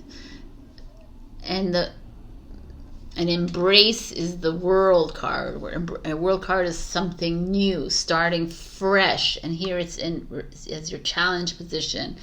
So it's like some of you are maybe being in the Four of Cups is too, like you're feeling challenged at home. You're feeling challenged by stepping it up, starting something new within your family, within your maybe your partner and your children. It could be also, I just feel like there's a part of, I just want to focus on the Six of Cups actually with you right now. We're going to take them apart here. We're going to really hone in on this. Because with the Courage card next to it, to me it feels like there's a little inner child that is coming up for you, Virgo, that where you were neglected, where you were ignored, where you were pushed aside as a child, where you were, oh yeah, she could take care, or he or she could take care of themselves. It's okay. You know, you always were a responsible child, perhaps. You were always independent. You always took care of yourself, but there was a part of you that needed that direction as well, and you needed that love, and you needed that extra attention, and perhaps you didn't get it, and that's coming up for you. I mean, not every single Virgo is feeling this, but I'm feeling this right now in this card. It feels to me that, you know, this is the mother and the child. There's a mother and child dynamic here. Could be father, child, could be siblings as well, your older siblings, or whatever this is for you. There is a feeling of you not being recognized, or you never had the courage to speak up to them, and you always allowed others to regiment your life, or you allowed others to lead. You know, and it doesn't mean to say that you're not leaders now, because Virgos are very much leaders now, and they had to come up from the trenches. But there's a feeling of hurt here that's showing up. And I wanted to express that. So the next one was the Ace of Pentacles, right? And there's like this opportunity for you to, some of you have maybe gotten a new job, or moved into a new home, or stepped into a new relationship, whatever, or moved into a new, gotten money, like manifested money in their lives. And there's this feeling of you, you know, it's really deep here, Virgo. It's like you're being given a path to move into something, but yet you have doubts within you, right? You still have, you're like, okay, I'm moving into this, I'm making more money, I'm making this, I have this house, but I still need love, and I still need that unconditional love. I still need that recognition that I didn't receive. Because the world card is embrace, right? And embrace the new. Embrace, like, can you go back and, like, forgive that mother, father, sibling, aunt, uncle, grandfather, grandma, whoever that didn't give it to you? Can you forgive those people because that's what they knew, right? And it's not like, because we don't want to live in a place where we're having, oh, they did this to me, so this is why I'm this, right? That's a blame game. And it's like, they needed to do that so you can get to this place of independence, of this place of, like, strength.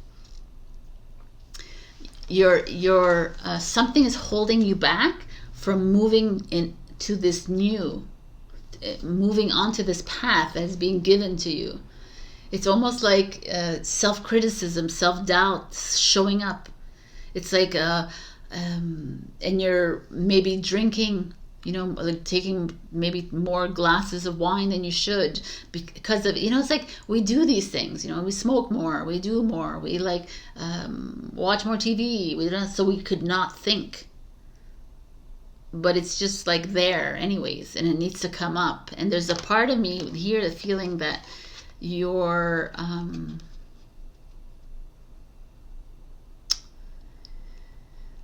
hiding, you know, like this little elephant is hiding in this little picture frame, and we can't go back, right? We can't go back to your childhood. It's done, right?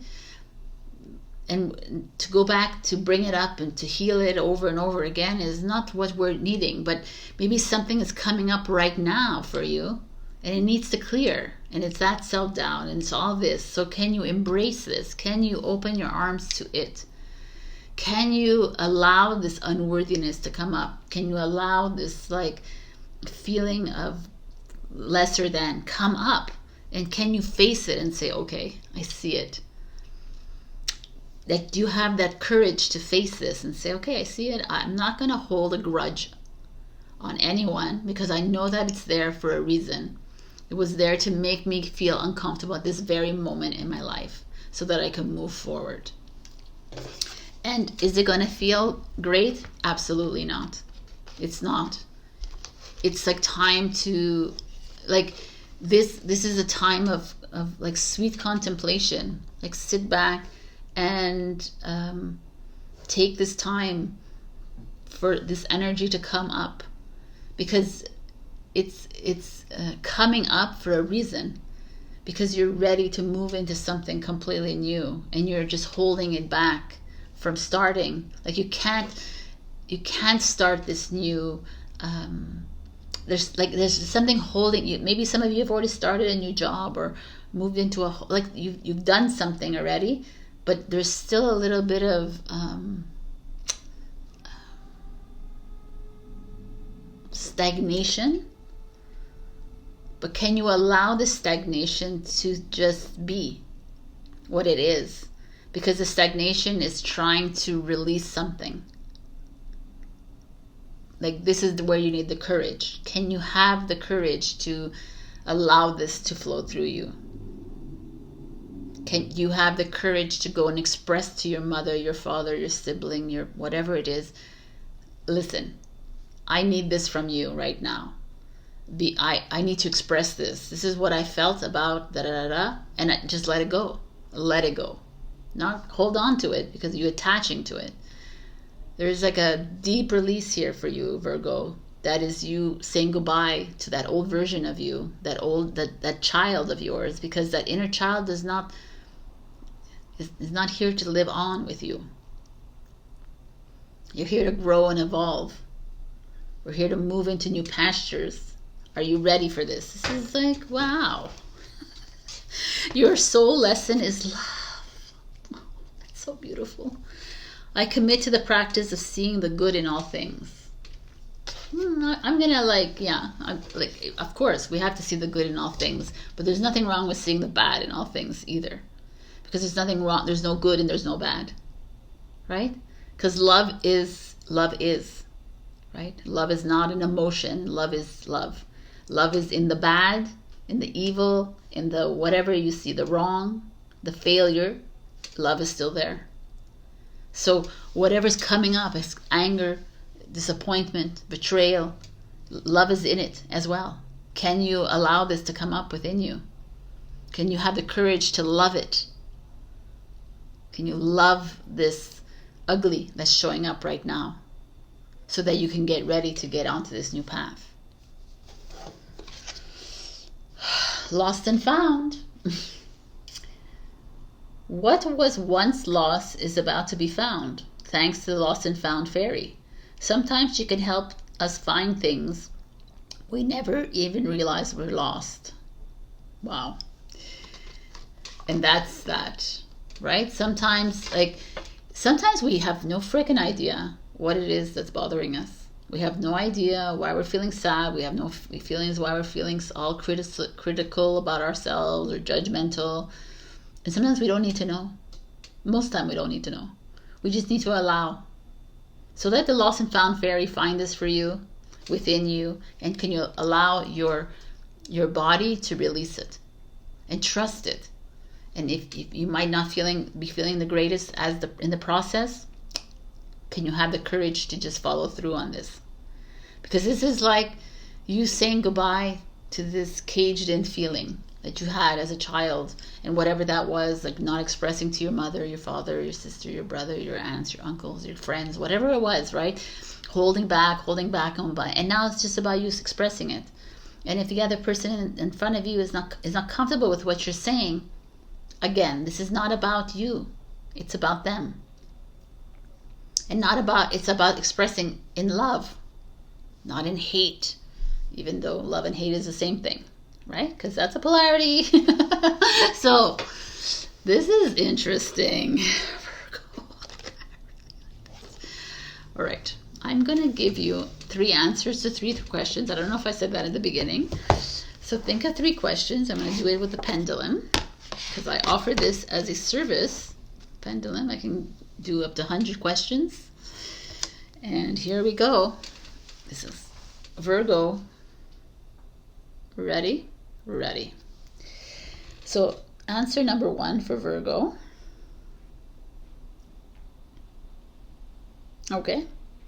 Answer number 2.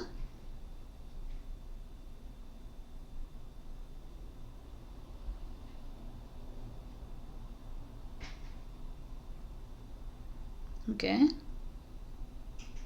Answer number 3.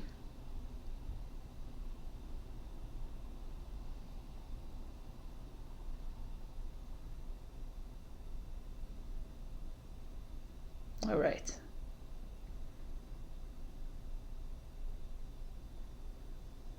Okay. So answer number 1, you got sometimes. I don't know who needs to hear that. Answer number 2.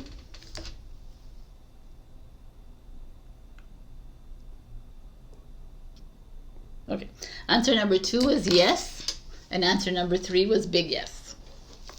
So I hope those help sometimes. Okay. All right, my beautifuls. I'm like, I want to be sure about this, because I feel like I think, let me see. I have to question myself. Answer number 1 was sometimes. Answer number 2 was yes. Answer number 3 was big yes. Okay. Answer number 2 was no, not yes. So sometimes, no, and big yes. are your answers. All right. I hope this message comes to you at the right time. I feel like some of you Virgos needed to hear this. It's not always pretty. I'm in it, and myself as a Taurus, I'm coming up with like facing some ugly things in my life, and I would say the best thing to do is hold space for yourself, my beautifuls. Have that courage to do it for yourself, because it'll clear the path. It almost like it'll clear the way for something new to come in, and that's the only way it's going to clear that path. All right, I love you. I'll check your rising and your moon for other messages. Also like, share, comment, subscribe, and super thanks me. Also join my Ko-fi membership.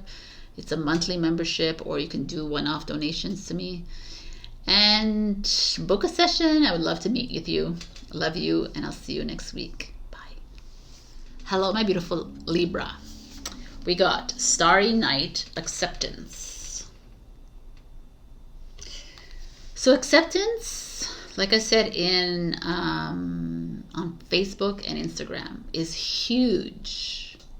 Acceptance is the same thing as loving yourself.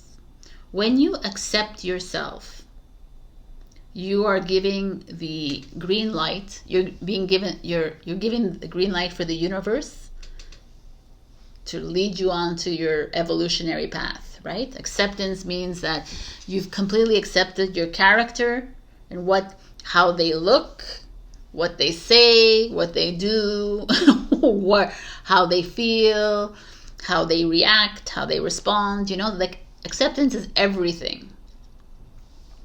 Acceptance is not only you. Acceptance is how your partner reacts, how your partner is, how your friends are, how everything is. When you first accept yourself, then it's easier to accept other people. Does it mean that you have to allow their behavior to be wretched? No, it doesn't. Because when you fully love and accept yourself, those kinds of people cannot really exist in your life anymore, because they will fall away from you, because they are not... like it's almost like a negative positive, right? They'll be like repelled by you. And I know it's interesting, right? And it's like, because your magnetic field around you changes when you're fully in love with yourself, and another cannot come in, because they're not loving, accepting of themselves. So that's where there is that misalignment, and that's where you'll find that as you move along on this journey. And you might find that within your relationships with people, and it's okay. And it's like the only advice I could give you is to not force a field, right? If it's like constantly like butting up against each other, don't force it to like hang around each other. You know, like you can't, when you have two magnets, you can't put them together, however you want to put it, right? So don't force it. Like, I'm going to glue it together so it stays. Because then you're just going against your soul journey and their soul journey. All right, these like readings have been super deep, but anyways, okay.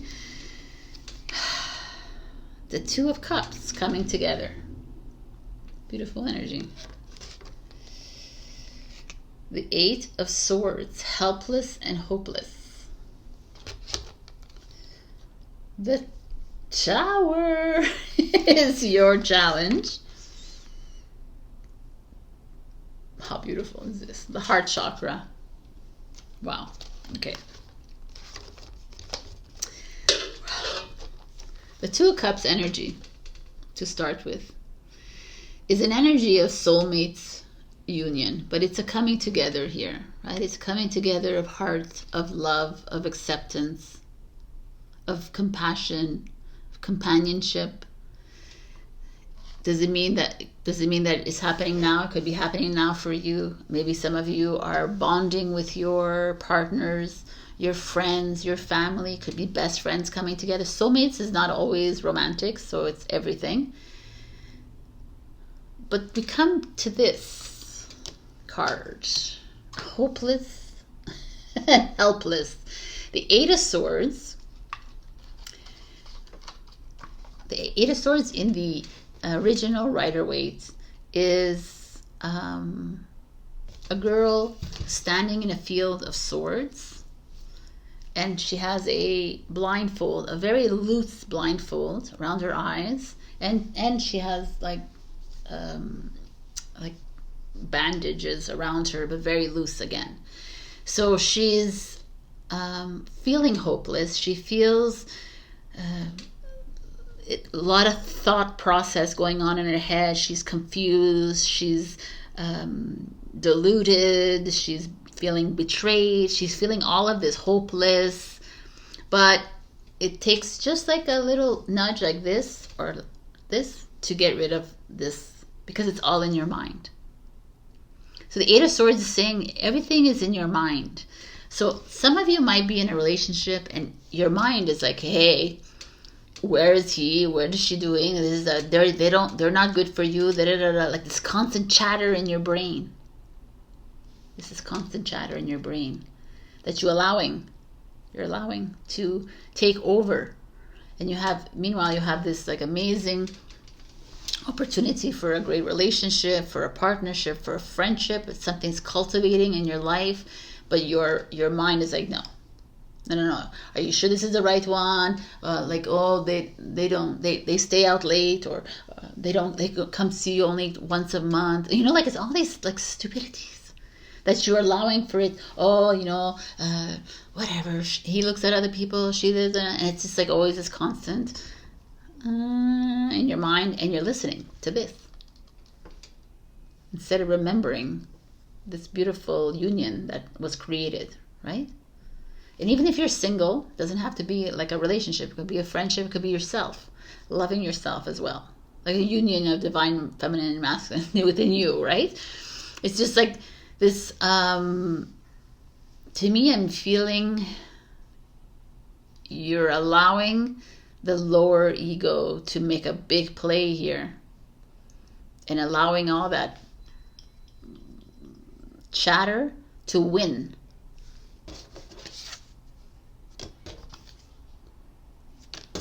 This is your challenge. Oh, the Tower. Yeah, I forgot about that already.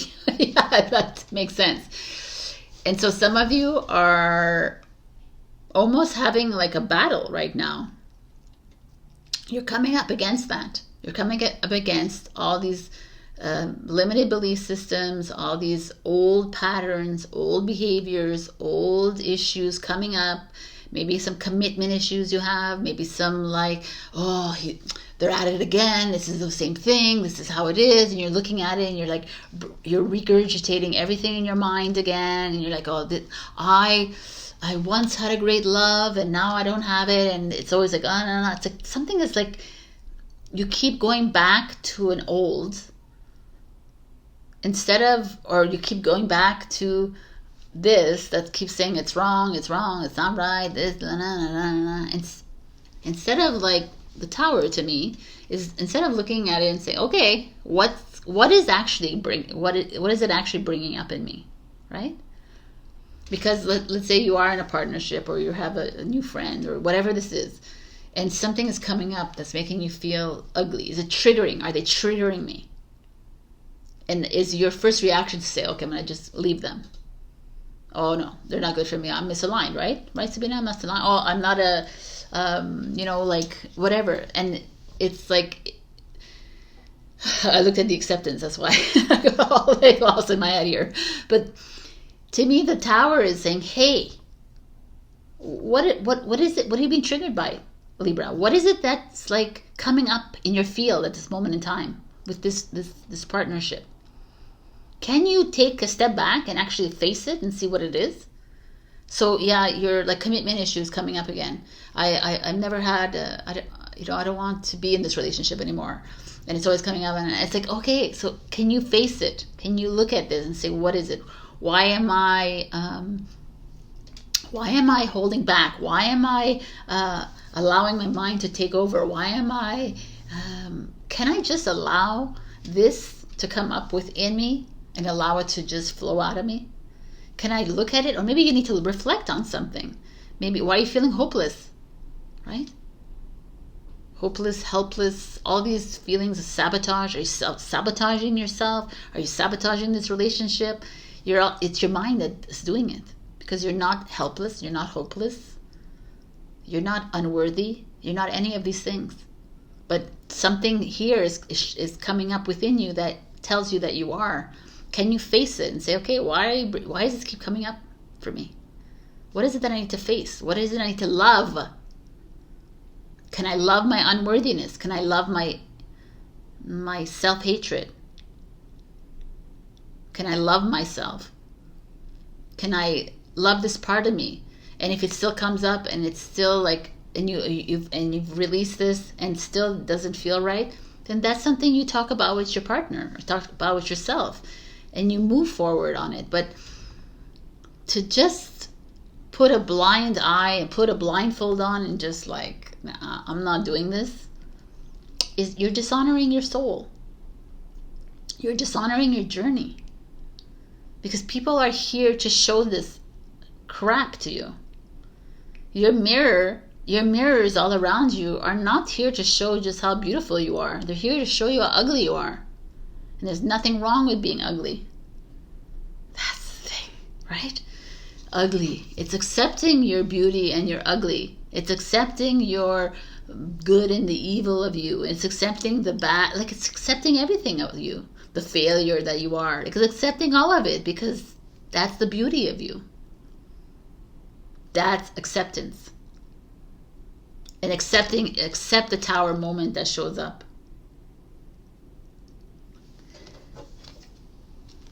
This is heart chakra, which is fucking beautiful. I'm sorry, but the heart chakra is your soul, is your higher self. You are heart.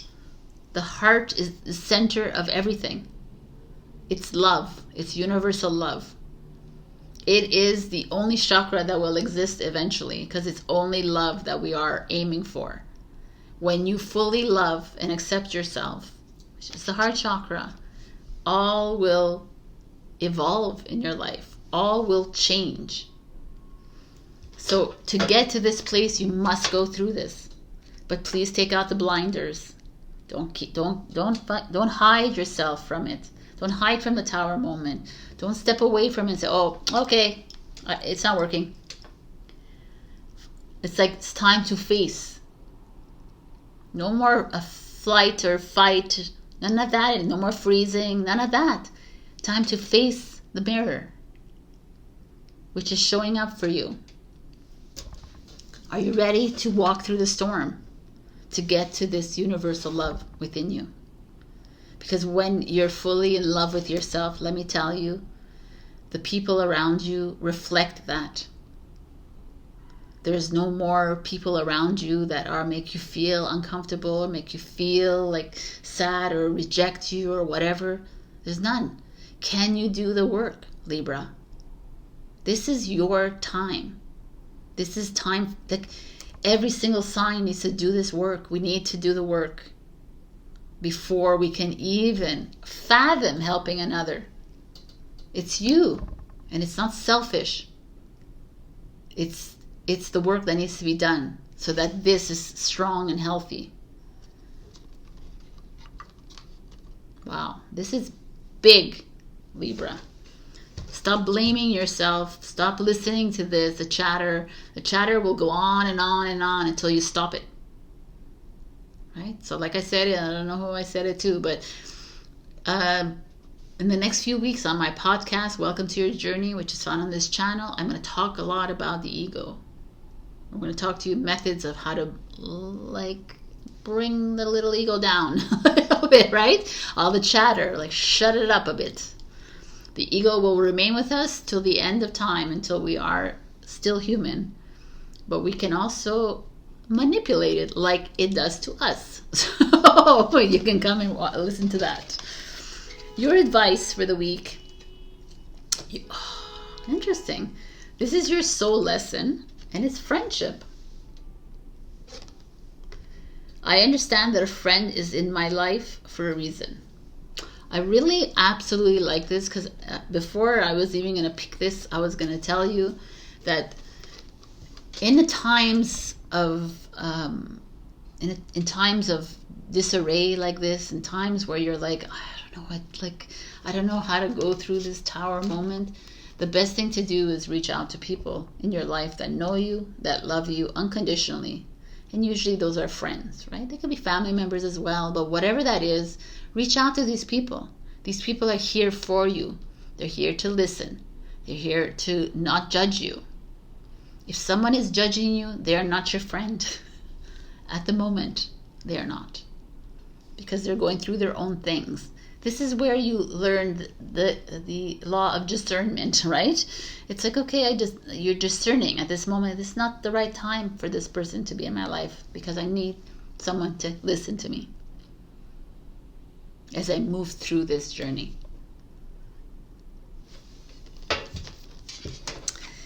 Motivation is the next piece of advice that we get from the fairies. When spring approaches, the flower fairies urge you to spring into action. If there's something you've been merely thinking about doing, they say get busy and do it. Alrighty then.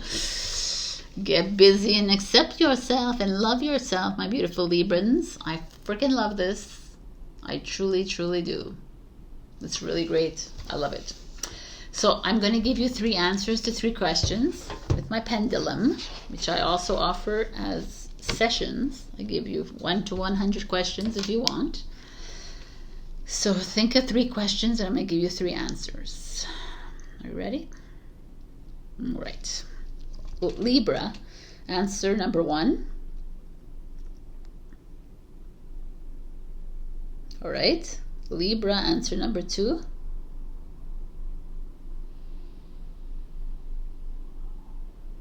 Libra, answer number 3. All right. Okay. Answer number 1 is big yes, trust. Love it. Answer number 2 was a no. And answer number 3 was not important. So when you get not important, it means that your question it's not important. You might think it's important, but it's not important. Of course, this is a general reading, so I don't know if I'm going to catch every Libra, but to me, I feel like it is. So also check out my sessions of Pendulum or my other sessions online. Check your rising, your moon for their messages as well. And like, comment, share, subscribe, and super thanks me. Also, a shout out to Teri Valentine. For being a Ko-fi member. I love you, girl. You are amazing. I always love to connect with you. And if you want to join my Ko-fi membership, you can, I have the link down below. You can support me on a monthly basis or support me whenever you want. Thank you so much, and I love you. I'll see you next week. Bye. Hello, my beautiful Scorpio. We have Standing Stones Passage. So we have this beautiful woman with a red dress, which is passion, creativity, fiery, leaning against a rock or stone or tree lumber here. And right in front of her is this beautiful cosmos, galaxy of the unknown, inspiration, everything. I just like the fact that she's leaning on this stable rock. It could be the Stonehenge rock, it could be a tree, whatever this is. To me, it's passage. You're getting ready for a new sacred journey to happen, a creative journey, a passionate one to begin. Could it be just travel? Perhaps. You could be getting ready to make a big move in your life. Is it just traveling to travel? No. It could be, obviously, too. But there's a feeling here of greatness, right? Red, fiery, beginner, Aries came to mind. Like fire energy, Leo, Sagittarius, could be whatever it is. But there's this feeling of action. There's a feeling of like, yes, I've been thinking about this for the longest time. I'm so ready for the next step. But her leaning on this is like, but I am a little bit uncertain of the next step, which is normal, right? I know this is like weird, but I'm adding lipstick because it's bothering me. And up to now, I think you know that I am not normal. So now we are bright. So we begin. Knight of Swords, Gemini energy. We got this pirate ready for war, right? It's like raring to go. It's almost like you got all the ideas are in your head. They've been like, and you're like, I'm done. I'm ready to like move into creativity. I'm ready to move into intellect, into wisdom. I'm ready to like share with the world. The Knight of Swords energy is like also expression. I'm ready to like get on a webinar or a podcast like a fellow Scorpion, or like a video, or write something. I'm ready to share what I know. It's more than just sharing here as well. It's just like this inner knowing inside you that's like, oh my God, I've been like mulling over this, mulling over something, and now I'm like putting it on paper, or I'm just doing it. Like, it doesn't have to be always like broadcasting it to the world kind of thing. The Knight of Swords is also inner intellect. It's like an action card to me, you know, and it's like a Gemini energy. Are Geminis fully active energy? I don't know. Yeah, they're air. But I don't know. This is like the warrior card for me, the Knight of Swords. You know, that it's like, I always say this, it's like the King of Swords says, we're going into war here, or we're going to battle. And the Knight of Swords takes the information, doesn't like mull it over like a Knight of Pentacles or whatever. Says, okay, I'm ready. Boom, I'm going. Doesn't think twice, just does. And that's a freaking beautiful energy to have right now for you. Queen of Wands. Wow, what an energy here. It's like an Aries, Leo, Sag energy. This is like, okay, all your thoughts are down on paper, or all these ideas you have are coming together. You know, some of us have no freaking idea what the next passage is, what the next step is, right? And it's very frustrating because it feels the unknown is scary a little bit, because you're like, what's next? I don't know. And this is saying, okay, it's coming to me, it's next. But look at the Queen of Wands. I love it. I love this Queen of Wands because her legs are literally wide open right underneath this another red dress. And she's sitting on that purple couch, which is the crown chakra couch. And she's holding this beautiful sunflower in the wand, and like a sturdy wand in her hand, saying, I got this, man. I've been waiting this my whole life to make this big move. Whether it's a move to another country, a move to another city, whether it's a move in the spiritual world, whether it's like a move within your job, within your career, with the project, whatever this is, this feels powerful, feels even like sexually, like it feels everything powerful, ravishing and charismatic and ready to freaking run with something, ready to be successful. Like, I don't know, whatever's happening here, Scorpio, for you, this next step that you're like kind of holding on and like resisting here is saying, boom, go. This could also be you have a fellow fire, like a fire sign, or a fellow like a divine feminine in your life that is going to take you with you too. Like, this could be partnering up with someone like that in your life, whether it's a woman or man. It doesn't have to be only feminine here, but it's that fiery energy with the air energy. That fire and air is the perfect, they're perfectly compatible together, so they work together. It's like a volcano ready to happen. Your challenge is the Taurus card. Feeling alone, Five of Pentacles. Now, this is interesting, because even if you're traveling and you're moving to a new city, you might feel alone. If you're traveling just to travel, you might feel like there's all these like feeling alone. But if you're on the spiritual journey and you're moving into a next quest or a next like step, loneliness is perfectly normal, because not everybody moving with you, not everybody's moving with you in the same frequency that you're at. Not everybody's all gung-ho about this next step. Everyone else is doing their lives, living their lives, and you're like, yeah. And it's like,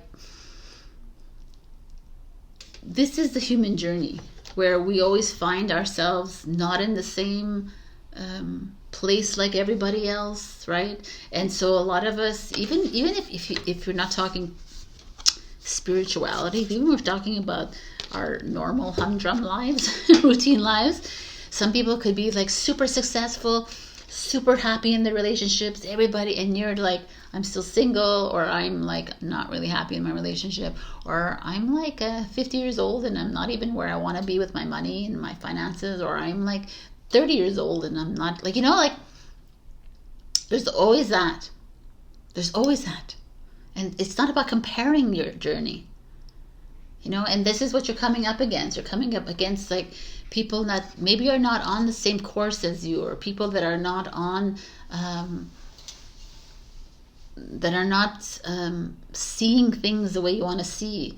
And you might be like moving into a new realm, a new timeline, a new city that you might feel a little bit lonely, but you're never lonely. You're never alone. By the way, you're never alone, because there's a team around you, even if you don't see them. And also because there's friends and people around you that are here for you.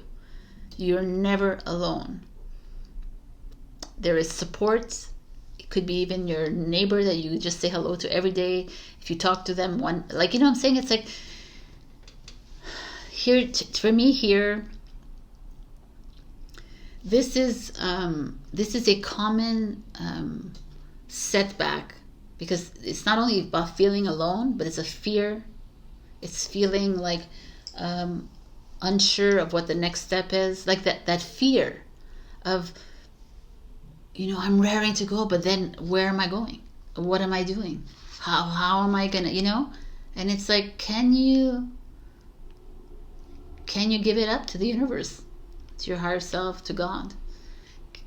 Can you like allow the unknown forces to support you on this passage, on this journey? Can you let it go, Scorpio?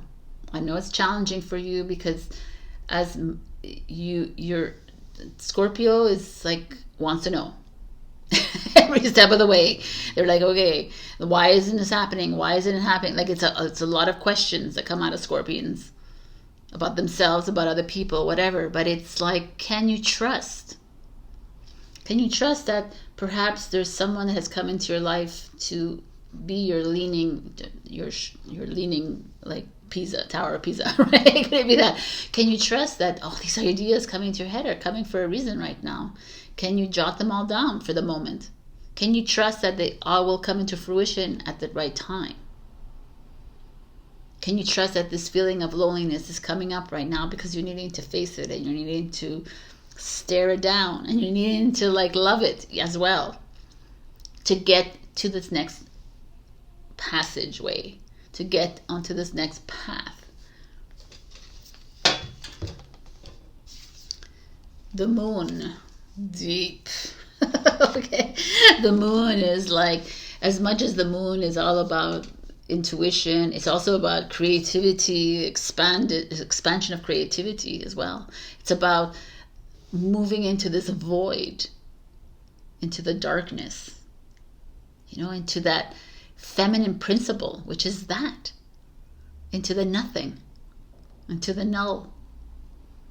This is so freaking beautiful to me. I feel like can you trust this enough so that as soon as you walk through that nothingness, this is what you will see.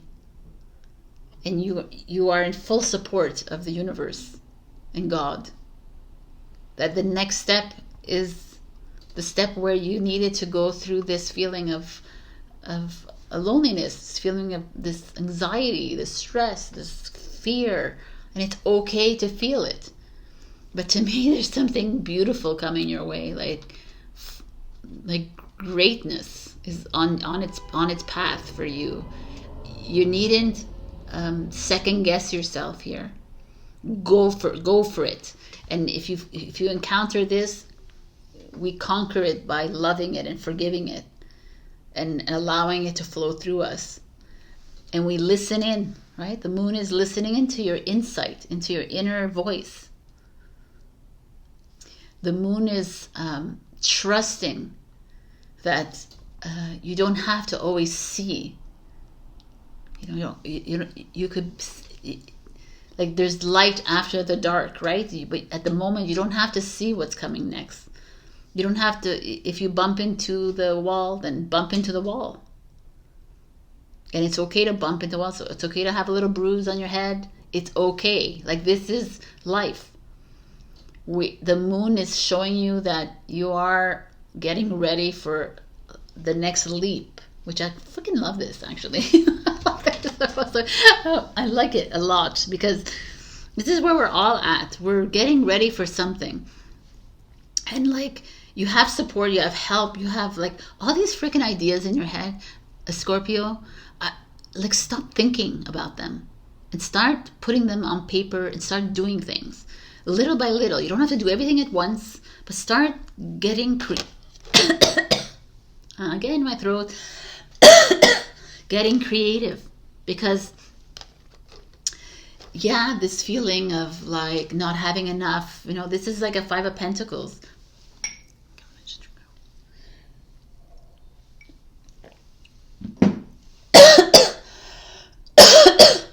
Five of Pentacles would also mean like, I don't have enough money. I feel like a failure. I feel like, oh my God, I can't make it through the night.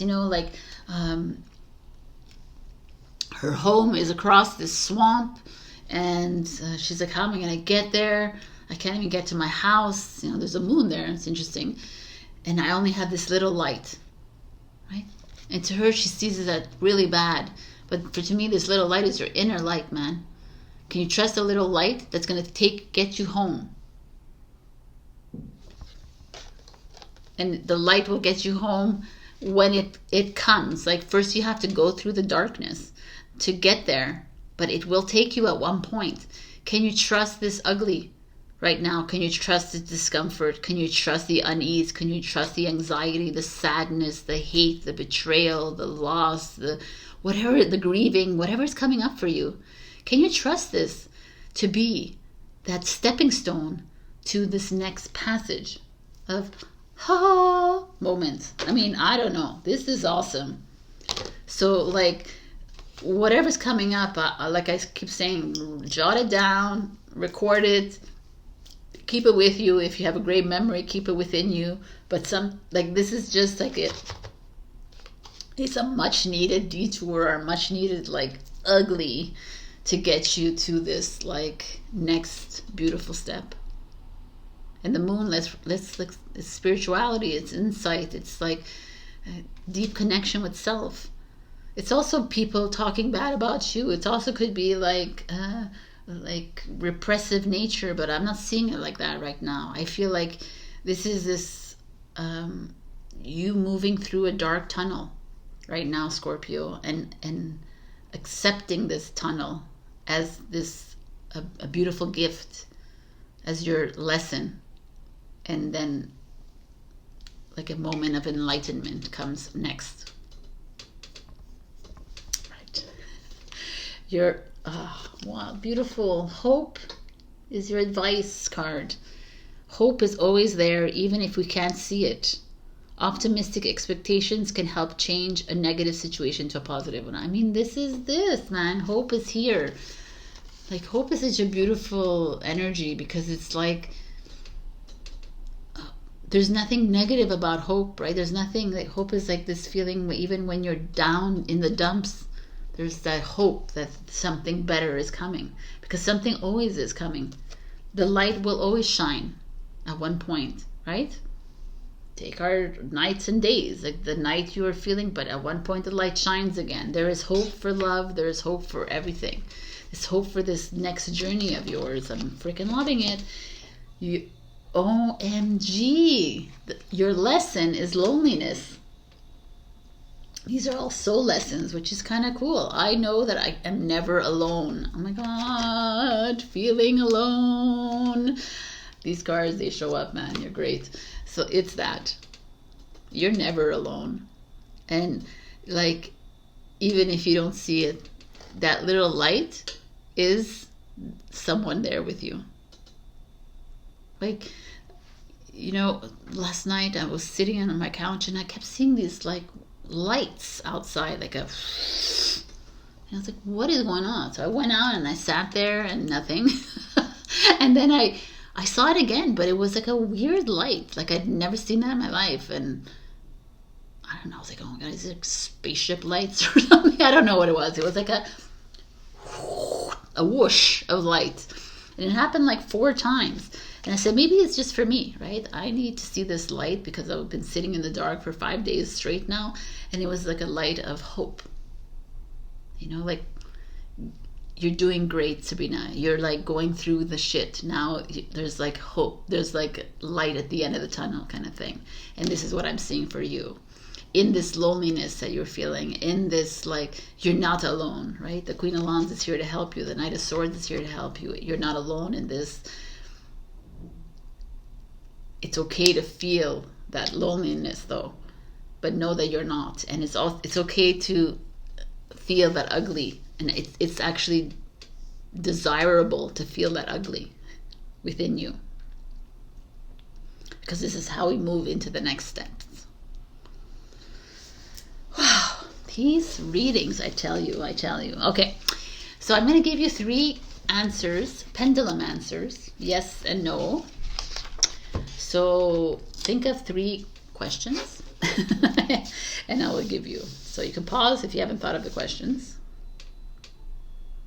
All right, so answer number 1 for Scorpio is,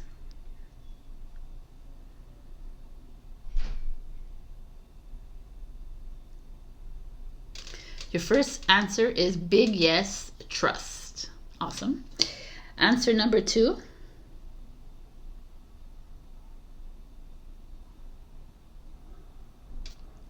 is no. And answer number 3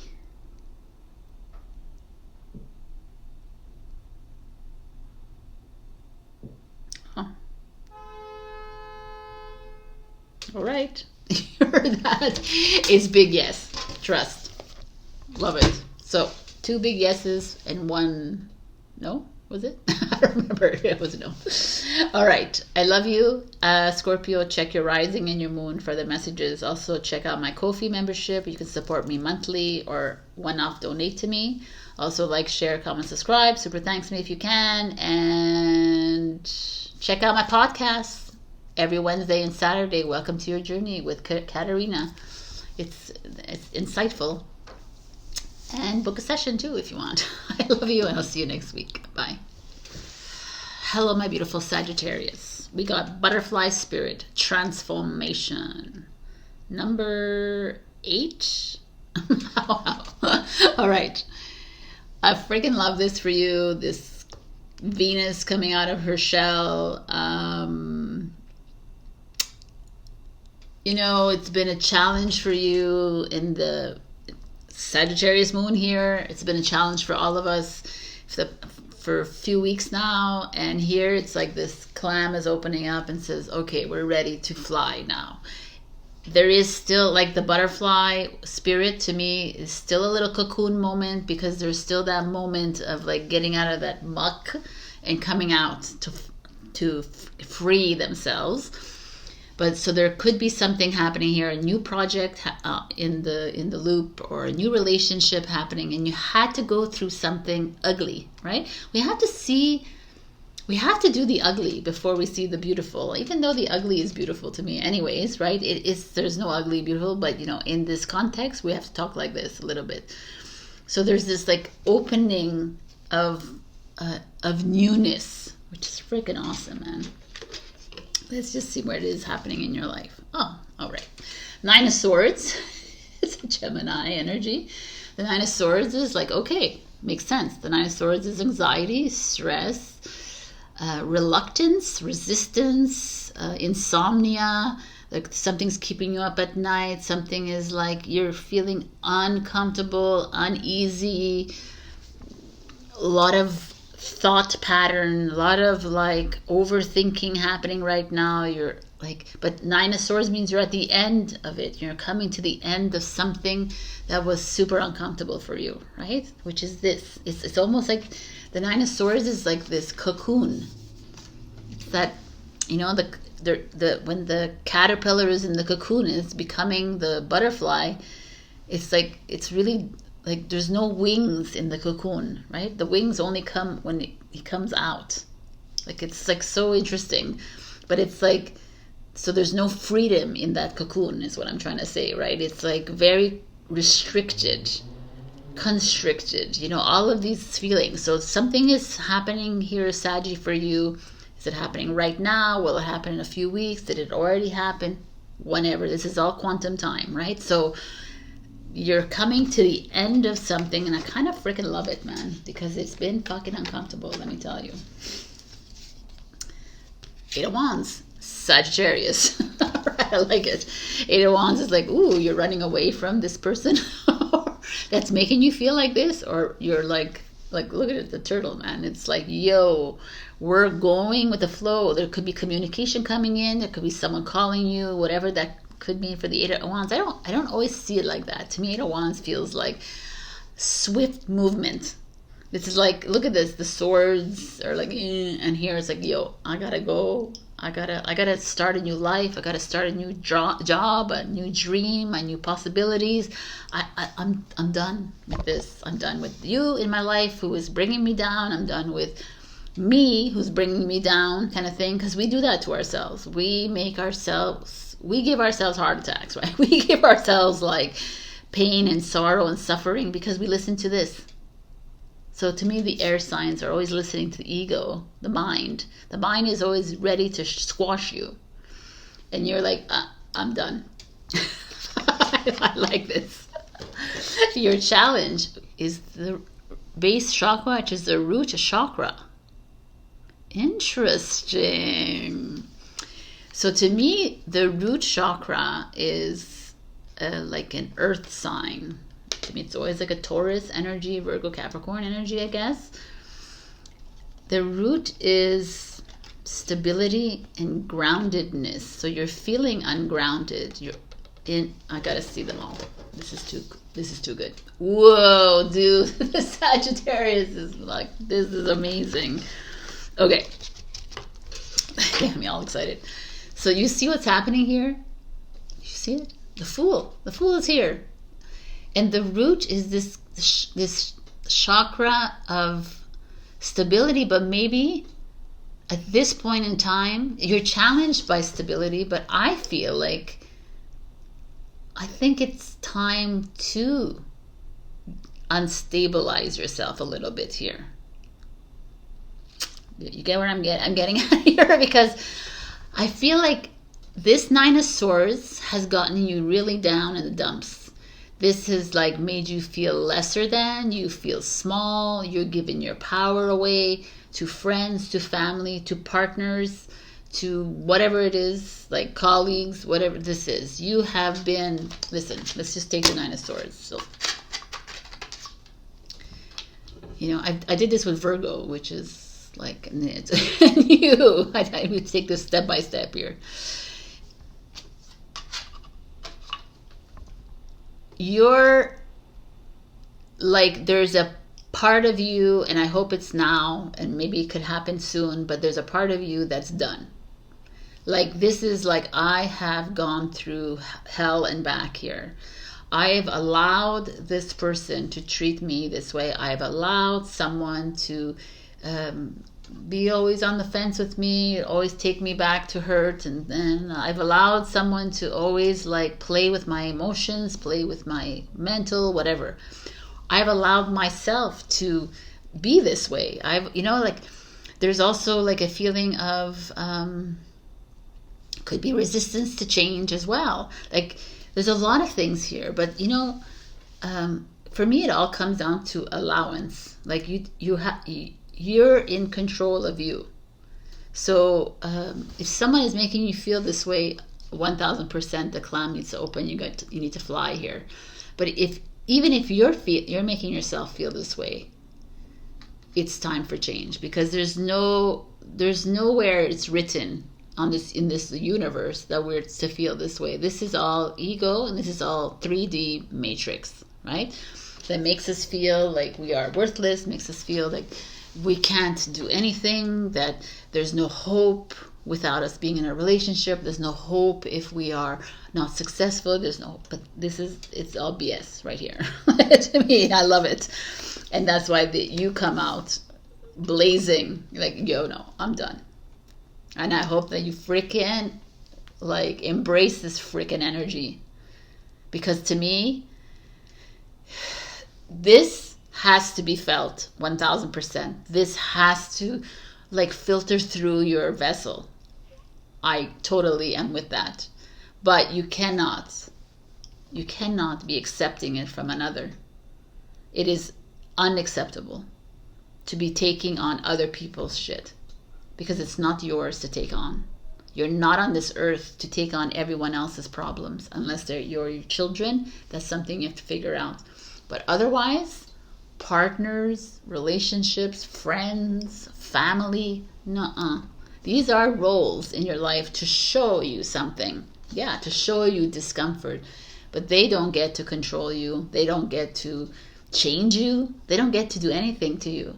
They require your healing. They require your, like, listening, constant listening. This is why this is here. It's like, bye-bye. And why bye-bye? Bye-bye because you need to take care of you now, Saggy.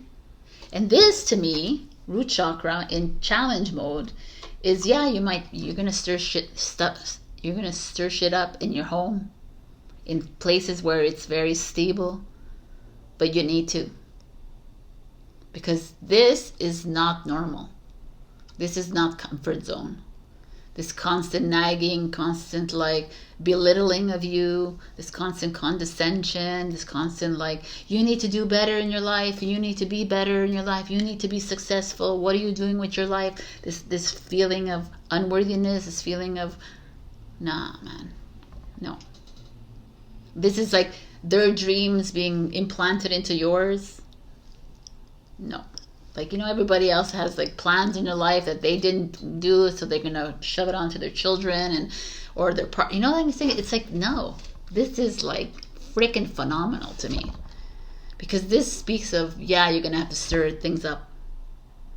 Yeah, like, stability and groundedness is 100% is really important, but at this moment in time, I think there has to be a little change. You need to, like, maybe take one foot off the ground here, because the Fool is here, and it's like, yeah, Fool is like, yeah, man, we need to fly. We need to take a risk, because staying in the same position in this comfort zone is not working for you, Saggy, and you're not even comfortable in comfort zones. But at this point, you a little bit are, and you're taking shit from others, and you're also taking shit from yourself, and it's enough. Because you're a beautiful being of light, and you came onto this earth to create, and you came on this earth to be grand and grandiose and illuminate the world. But you're not here to take other people's shit, and you're not here to like feel like make yourself feel like shit either. And yeah, and if you have to stir the pot a little bit, right? Stir the pot in your house, in the where you live, in changing things up, then so be it. It's time. It's time to jump. OMG. We need to make a change. I love it. So your soul lesson is pride. Wow, that's so cool. I love myself, and I see myself in everyone. You know what? Pride. is like massive ego, and it's massive fire sign, right? You know, like Leo and Saggy, Aries. It's like, I'm gonna show them. I'm gonna show them how great I am. I'm gonna show them, and I'm like, F them, you know. But it's not about that, because it's not about you showing anybody. We're not here to one up anybody. We're not here to, we are one. We are all each other. It's not about like, you don't get to do this to me, so I'm going to screw you. It's about loving that other person in front of you, even if they're this. And just, but not, you don't have to hang around this. That's the thing. It's like, why are you attaching to this energy? Like, you don't have to attach to this energy. If they've presented themselves in your life to show you something inside you, to show you the strength that you have inside you to overcome this. But we don't hate the people that are in front of us. We don't hate our reflections. Like, pride makes you like, I'm proud, and I'm like, I'm not going to demean myself, or I'm like, you know, it's like BS to me. We're not here to be proud and whatever, vain about things. We're here to love. We're here to take risks. We're here to do our own journey.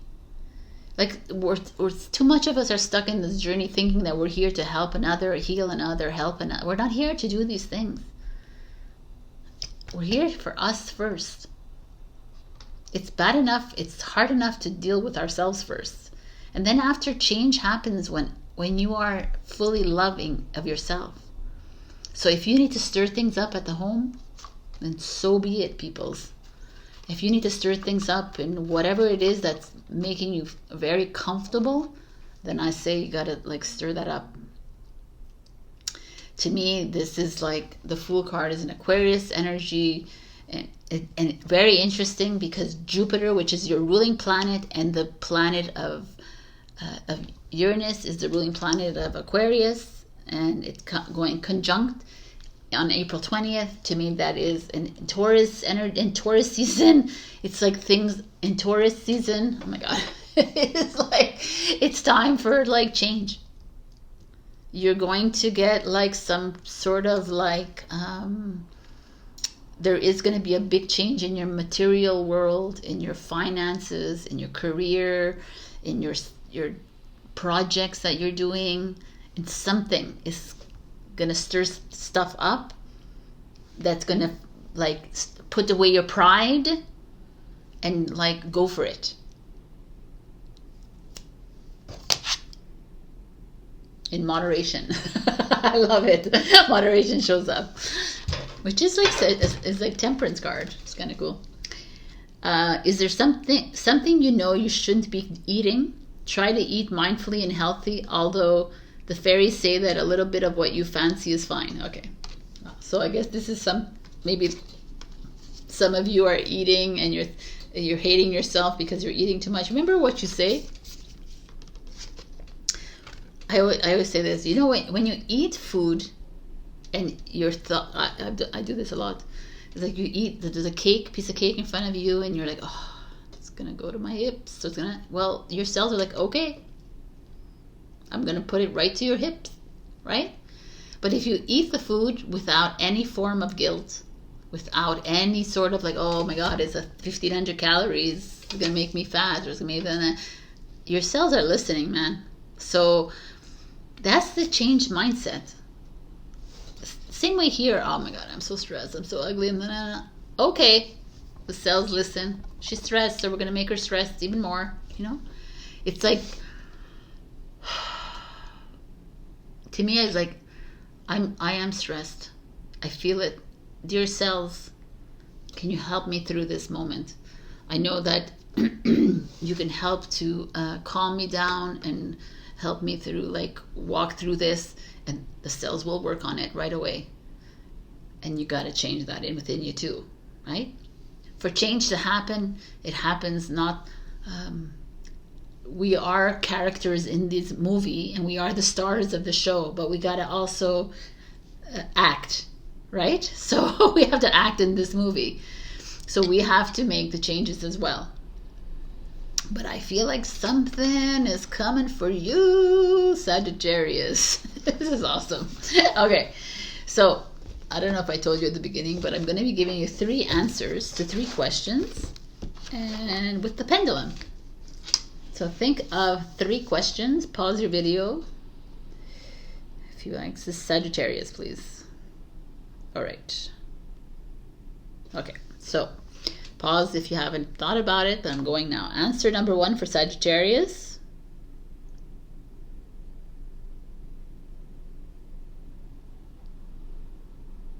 is no.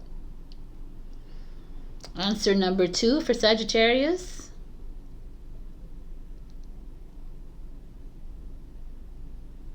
is a big no. I don't know if we asked it again, and it's okay. Answer number 3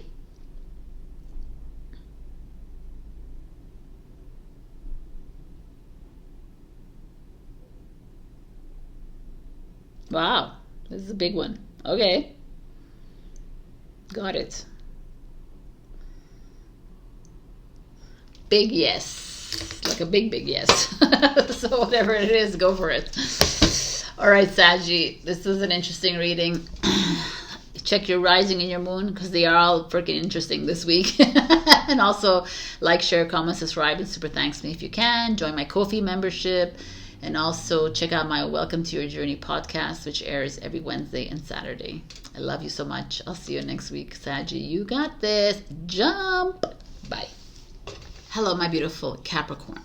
We got Phoenix, Transmutation, 29:11. Phoenix is my spirit animal. I mean, I love the Phoenix. To me, transmutation means changing.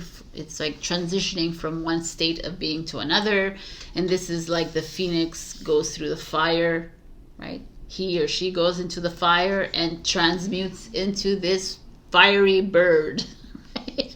And this is what's happening in your life maybe right now. There's a massive shift happening, a transition from one state to another. Like, where is that happening in your life, Capricorn? Is it happening in your relationships, with your in your work relationships, with your partnerships, with it could happen in any form, wherever it is, in your house, in your family, in your friends. There's like this a noticeable shift within you, and people are seeing it, because the Phoenix is not a little bird. It's a big fiery orange like bird that is like ready to take over, right? I rise like the Phoenix. It's like you've been festering in this fire for a long time. You've been in the flames. You're like, there's something within you that has been firing up, right? Within this relationship, within yourself. Maybe it's just you, and it's like, I could see my glory. I'm feeling my confidence. I could feel it all, but it wasn't really rising, and now it's freaking risen. It's rising. And it's coming, like, this is like transmutation also means that it's states, like moving from one state to another, but it's like transmutation is also feeling other energies around you, transmuting them. So you're taking on other people's states, like mindsets, energy, and you're transmuting their energy, right? So there could be 2 different ways to look at this, because transmuting other people's energy is a lot of work. It's very heavy, and it's sometimes very trying and challenging, because you're like, why do I feel so heavy, and why do I feel like crying all of a sudden, and why do I feel like this? Why are my emotions all wacky? It's because, like, you're taking on everybody else's energy, and that's what's maybe your job on this earth, and you don't realize it, but once you become aware of it, you're like, okay, this is not my energy, right? And how do you know that? You can just ask yourself, is this my energy? No. Okay, then you know it's someone else's, and you know how to like work around it. So all of these little tips and tricks that you can find on my podcast, which I'm going to come out with in the next few weeks, or every Wednesday I come out with a podcast, but we're going to talk about ego in the next one or the next 2 ones. So watch and learn. All right. Our first card of this package is the Sun card, people. Shine. Sun is Leo energy. Look at this. Look at her. She's like, sun is coming right out of her chest. Self-confidence. Like, there's like, you've moved into something. Maybe you've already risen. Like, this is amazing. You're like feeling more confident than usual. You're feeling like steps you've been taking so far haven't been working for you. Maybe you're moving into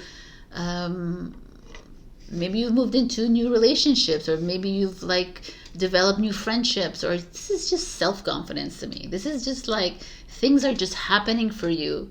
Like the spotlight is shining on you, but also the hard work you put in is shining.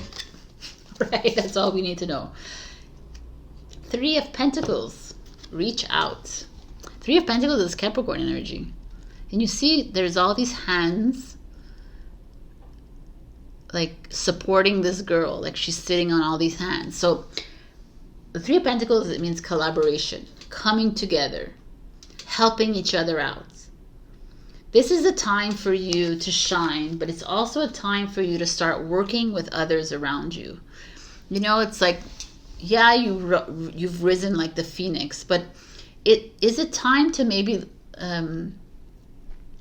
accept others' energies around you. Not everybody's going to align with you. Not everyone's going to be the same as you. Some people are going to irritate you. Some are going to trigger the F out of you. Some are going to be loving. Some are going to, whatever that is. This to me feels like your presence is very, very strong. Like this sun here is like, when we're shining bright, when we are fiery phoenixes, when we are in our game, it's triggering as F to a lot of people. So you have to almost be aware of this, stand in the awareness of this. Not get all huffy puffy about it that they ignored you, or not get all huffy puffy that they are not working with you or collaborating with you, because who are you, Capricorn? You are the collaborator. You're the one, the thinker here. You're the one who is like organizing.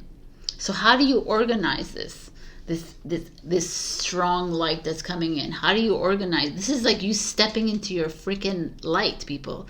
Being leaders doesn't mean everyone's gonna love you, by the way, right? Being leaders doesn't mean that like everything's gonna fall into place as you wish it to be. So can you work with these energies? Can you work with these people that maybe are fighting against you? Because those fighting against you, again, anyone that is a trigger for you, or anyone, it's deep inside you. And this is something that's very challenging for anyone to hear. It's like, no, what do you mean? No, he's an asshole, or she's like this. Yes, because that's still inside you. Or else you would not see this in that person. I know you can hate me, but I love you anyways. It's hard. Me too. There's people that trigger the F out of me, and I'm like, ugh. And I know I have to stand in the awareness of it. What is it? Because she's pompous. So I gotta think about it. Oh, maybe there's a part of me that was pompous once in my life, and I didn't, and I created like a disservice to someone, and whatever. And it's like it's a whole thing, but it's like accepting that and saying, okay, I'm going to forgive that part of me, and I'm going to forgive her, and and it's gone. And the next time I see her, I won't even like think twice. And maybe it does come up. It means I didn't forgive myself, and it means I didn't love that part of myself. And this is what this whole journey is about: is us loving ourselves, and us loving those ugly parts of ourselves, and us loving the triggers, and us loving the people that continuously reject us, that continuously say no to us. That those people are the ones who are making you strong. They're making you the shiny light leaders that you are. This is the thing that the human mind doesn't understand. And the human mind is always ready to like, no. The human mind is going to make the ego. It's going to make you fight, flight, run away, freeze, which is I don't know what to do, or face. The facing is not the ego. The facing is the inner. It's like, okay, it's time to face it. You know, so it's like not easy, man. This journey is not easy, but here I feel like your light is shining right now, but your responsibility is to bring people together or to ask for help, because you can't do this alone, right? And if there's, it's, let me see what your trigger is. Ooh, Lovers is your trigger. And obviously this has to do with a relationship, or like a strong bond between people. It's a union of people, obviously. It's like, could be your best friends, you know, but it's lovers, right? It's 6. It's also harmony. So it's like you're almost making yourself sick. Like, this is interesting. It's like okay, let's see what the next card is so I can tell. Wow. Oh my God. The next card is the Emperor. Oh my God, this is too funny. Okay, it's not funny, but anyways. The Emperor is an energy of control, manipulation, ego. The Emperor is also a loyal man who's like the king of all kings, who's going to take care of you, very protective. It could be there's 2 kinds of energies, right? But the Emperor showing up here could also be someone who is controlling a little bit. Hence why it could be a massive trigger here. There's like a father energy, like a father figure energy showing up. If I look at all the cards together, the challenge is loving yourself. The challenge is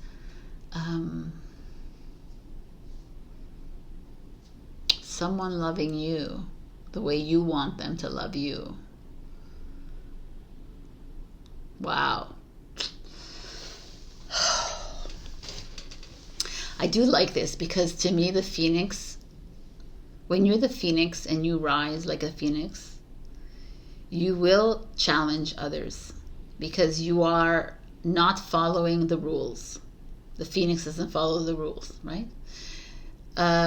You go up against the grain. You go up, like, the way you see relationships is not the same way as an Emperor would see a relationship. The way you go, like the way you conduct business, anything that you do is a challenge. And I know Capricorn likes to follow the rules, but in this case, it's almost like you've taken a step up here in frequency levels, perhaps with this sun showing up. And also, like, community driven, you're working together, you're wanting to build a stronger team around you, which is whatever it is, in your family, within your love life, with your friends, at work. And it's like there's a few things here. It could be challenging to the Emperor in your life, because he or she could be seeing it as a what do you mean you're not going to follow me? What do you mean you're going to change the rules on me? No, I can't deal with that. That's that kind of energy here. It also feels like the way that you receive love has changed, right? It's like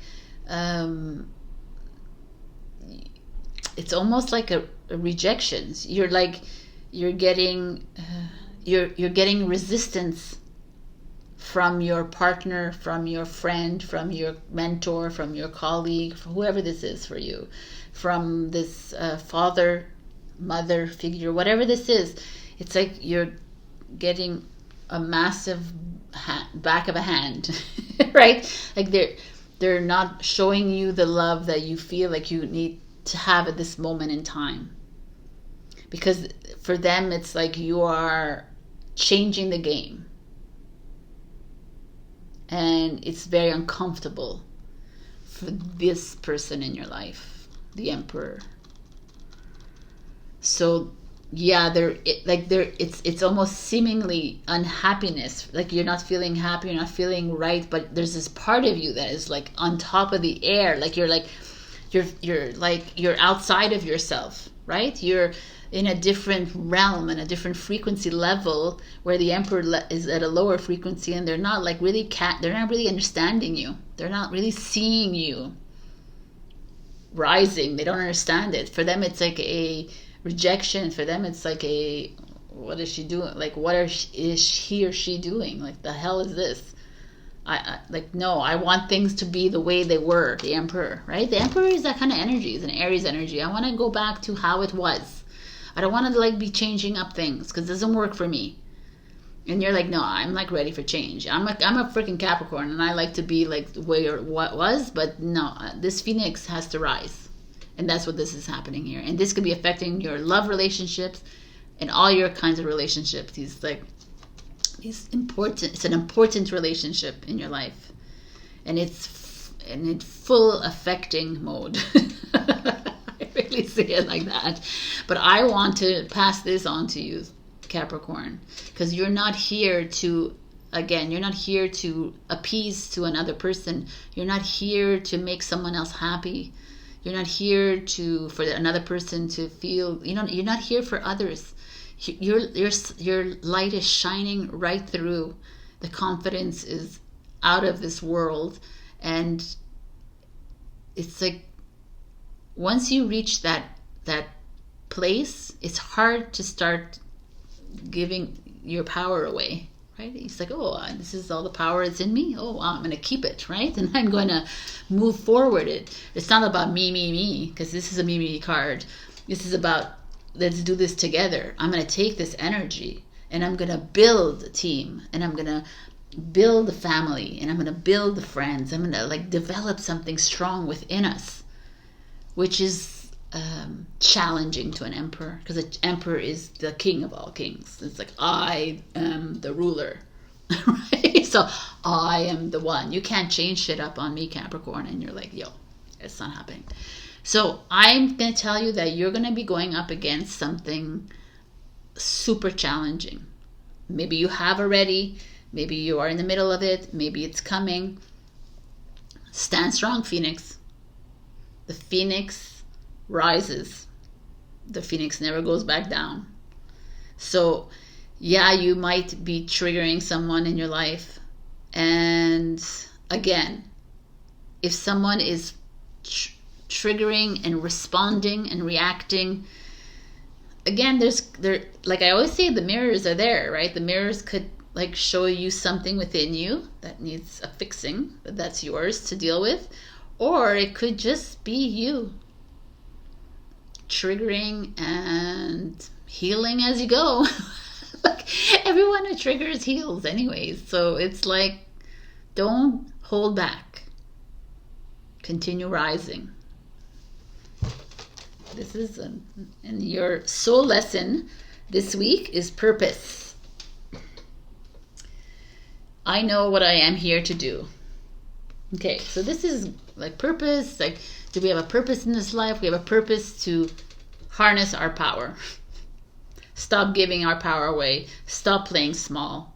Stop bowing down to other people. Stop allowing, there's no one higher than you at all. The only thing that's higher than you is God, and God is you. So, right? There's like, it's time to lead. The Emperor could be you too. It's time to lead with purpose. Lead, but you're being asked to lead together. There's no me, myself, and I here. There is a one here. There's a me, I, but it's a one. It's a whole lot of people. You're not alone in this. That's what I'm saying. It's like, so I don't know. Wow, this is deep. Your advice is life energy, which is the happy fairy of sunshine, brings lots of life-giving energy. She reminds you to shine your light and to reveal anything in the shadows that needs to be healed, which is you in your full expression. Shine your freaking light, Capricorn. It's not about stepping on people's toes. It's not about saying, haha, you're an idiot, I blame you, I'm an idiot. Like, it's not about that. Because remember, we're all reflections of each other. I don't care if you're at a coffee shop and you're with a whole bunch of people. Those whole bunch of people are part of your movie. So everyone is a reflection of you. Wherever you go in your life. It's not rando. This is not a coincidence, coinky dinkins, everywhere you go. Everything is set up and directed by you. So it's not about you hating on this emperor and saying, oh, like, you know, whatever. It's not that. Yeah, they might have rules. They might have like very set in old ways of working. But that's not who you are anymore. So maybe you're going to change them and maybe you're not. But again, it's not about hating on the other. Because when you hate them, you hate yourself. You're always a mirror. And the Phoenix knows that too. Right. It's these are such deep cards. Okay. All right, Capricorn. If you want to go further into this, book a session with me. Or check out your other messages with your rising and your moon. Also, like, share, comment, subscribe, and super thanks me if you can. And I'm also going to give you 3 answers to 3 questions. I'm going to use my pendulum today. So, ask your questions. Also, check out my Ko-fi membership because you can support me on a donation basis or you can support me on a monthly kind of way. And check out my podcast. Welcome to your journey, peoples. Let's go. Think of these questions. Answer number 1 for Capricorn, please. Your first answer is big no. Answer number 2. I fucking knew this was going to happen for you. Your answer number 2 is not important. Answer number 3. Your answer number 3 is big yes, trust. Not important. When not important shows up, means that it doesn't matter. Yes, it's not an important question you're asking. It's big, the not important as well, because it's like, it makes you think, okay, so if it's not an important question, it means it's not part of my path. All right, my beautiful Capricorns, I will see you next week. Have a beautiful week and keep shining that light, my little phoenixes. Love you. Bye. Hello, my beautiful Aquarius. We got Earth Spirit Stability.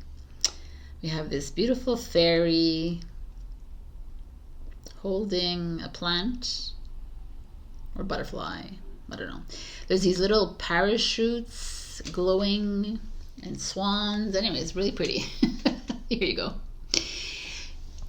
When I was shuffling the cards, I got stability for Aquarius, and I was like, "Are you sure? Like, this card doesn't feel Aquarius to me, right?" So I was like, pulled out my pendulum to ask the questions. I asked all these. I was like, "What's going on here?" Right?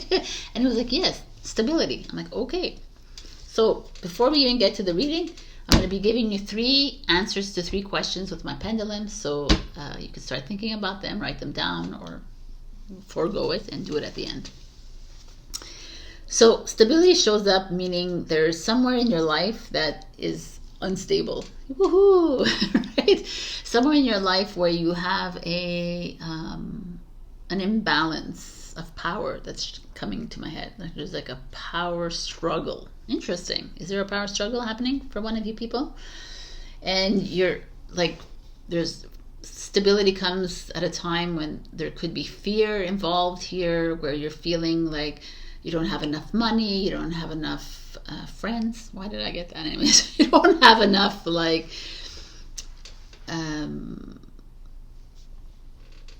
strength or enough compassion or enough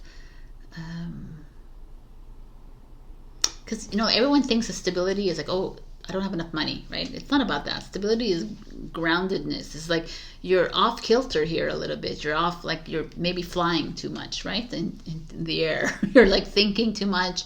And it's like time to come down to earth a little bit and come down. Like perhaps some of you are already thinking of your next travel that you need to do, already thinking of, you're already somewhere else.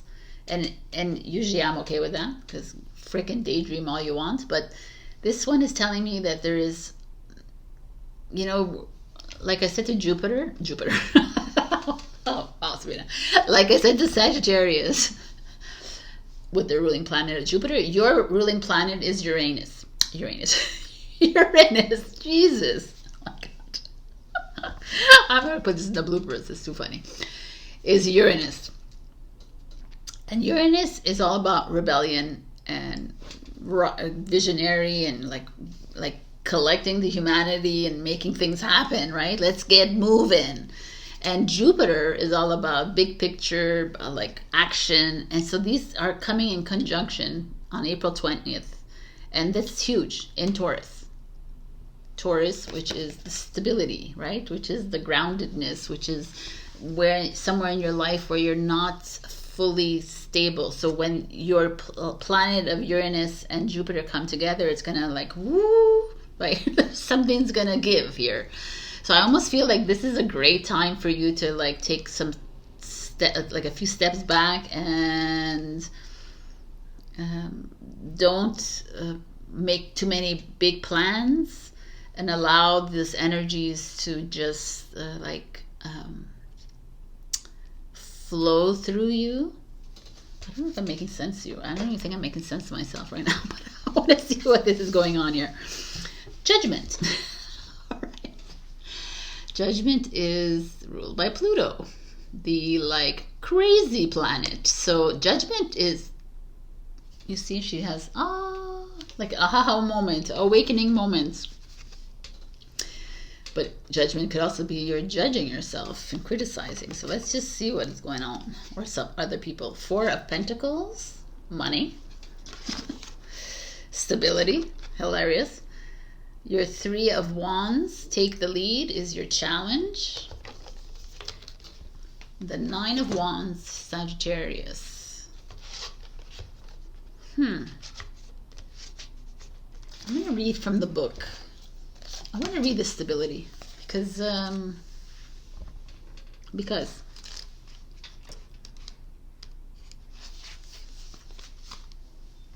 before we get into this.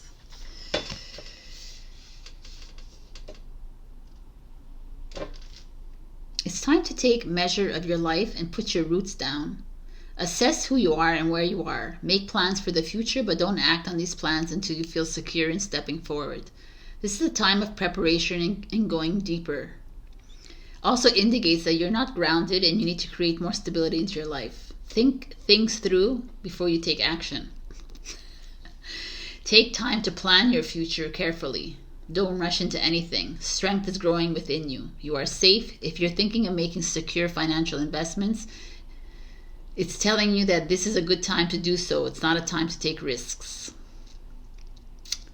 Slow down and let go of the busyness and frenetic pace of life. Explore your roots, honor your past, go deep, reflect on your life. Okay, so I guess it's like basic. Basic. But I mean, I don't know. When I look at this is to me the challenge, is take the lead. Is like the 3 of Wands is this energy where the Emperor has decided to go get the Empress, right? To go marry this woman. And he's already made a decision, and he's already on the boat or on the plane or on the train or whatever, walking.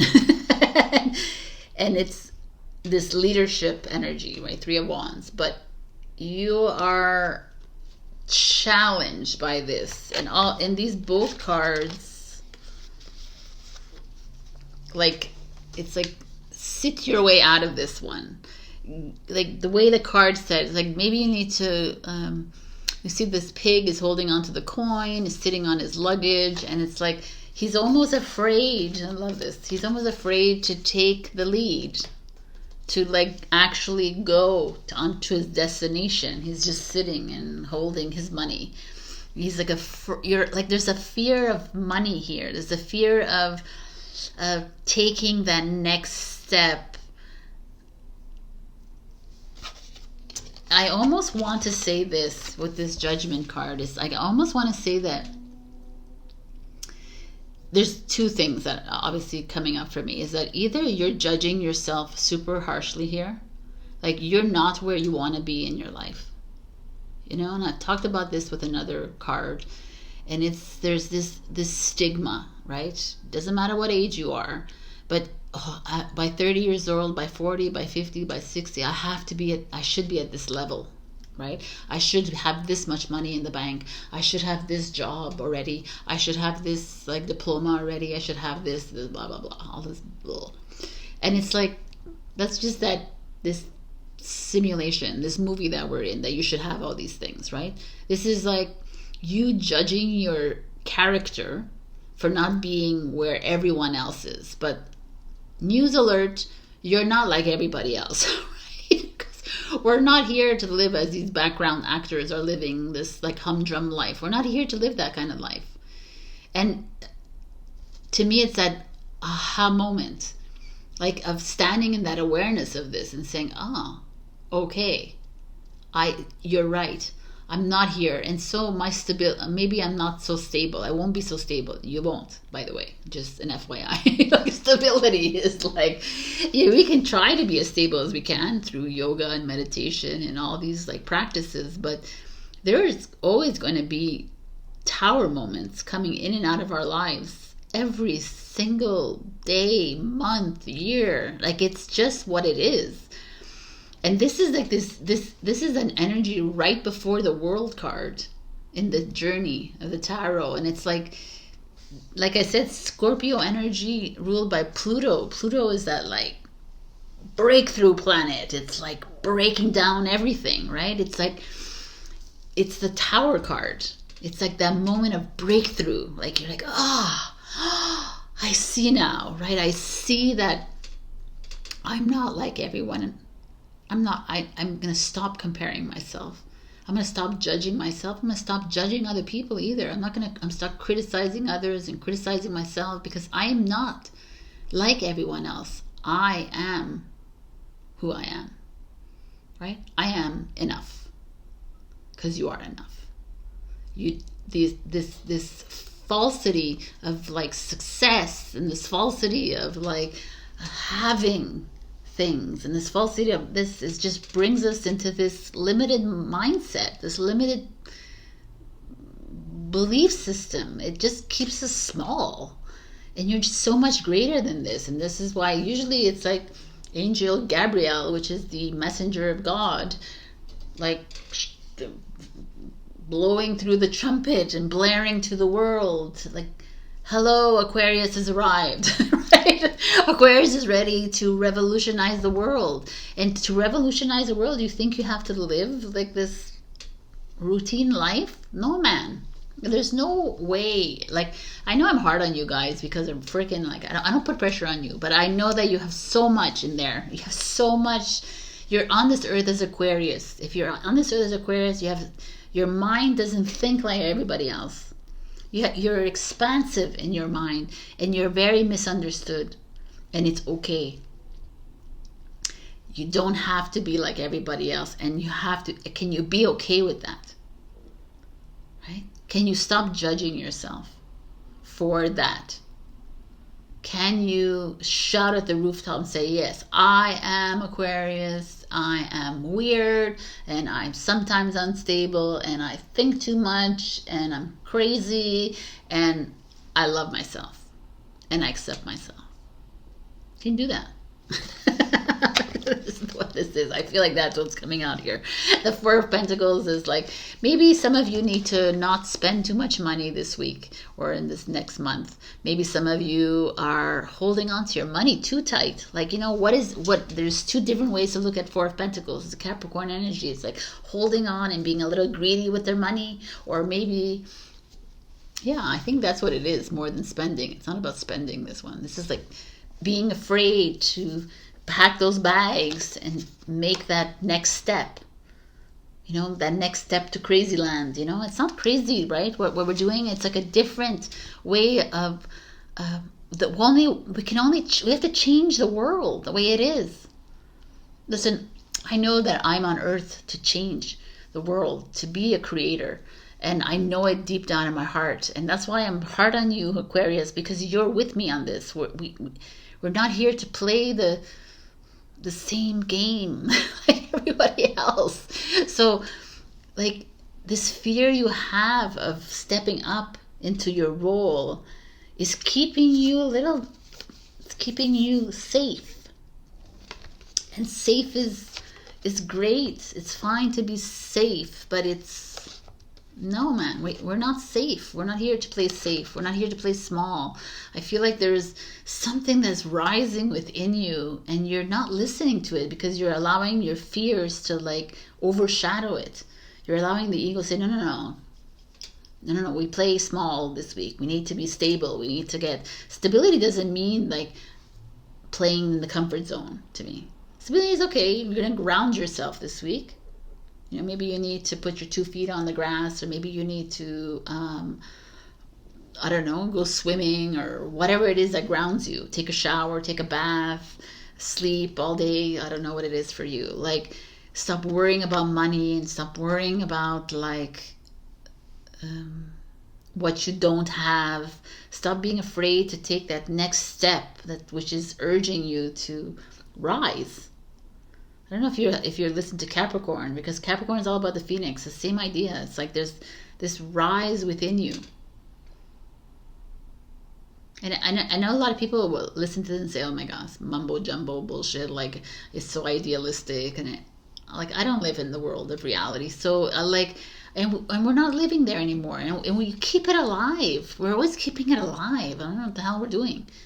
Like, I want to, like, do you want to, like, continue working in the job and you continue wanting to thrive for this, like, I don't know, there's just so much more and there's so much opportunity for us to make these changes.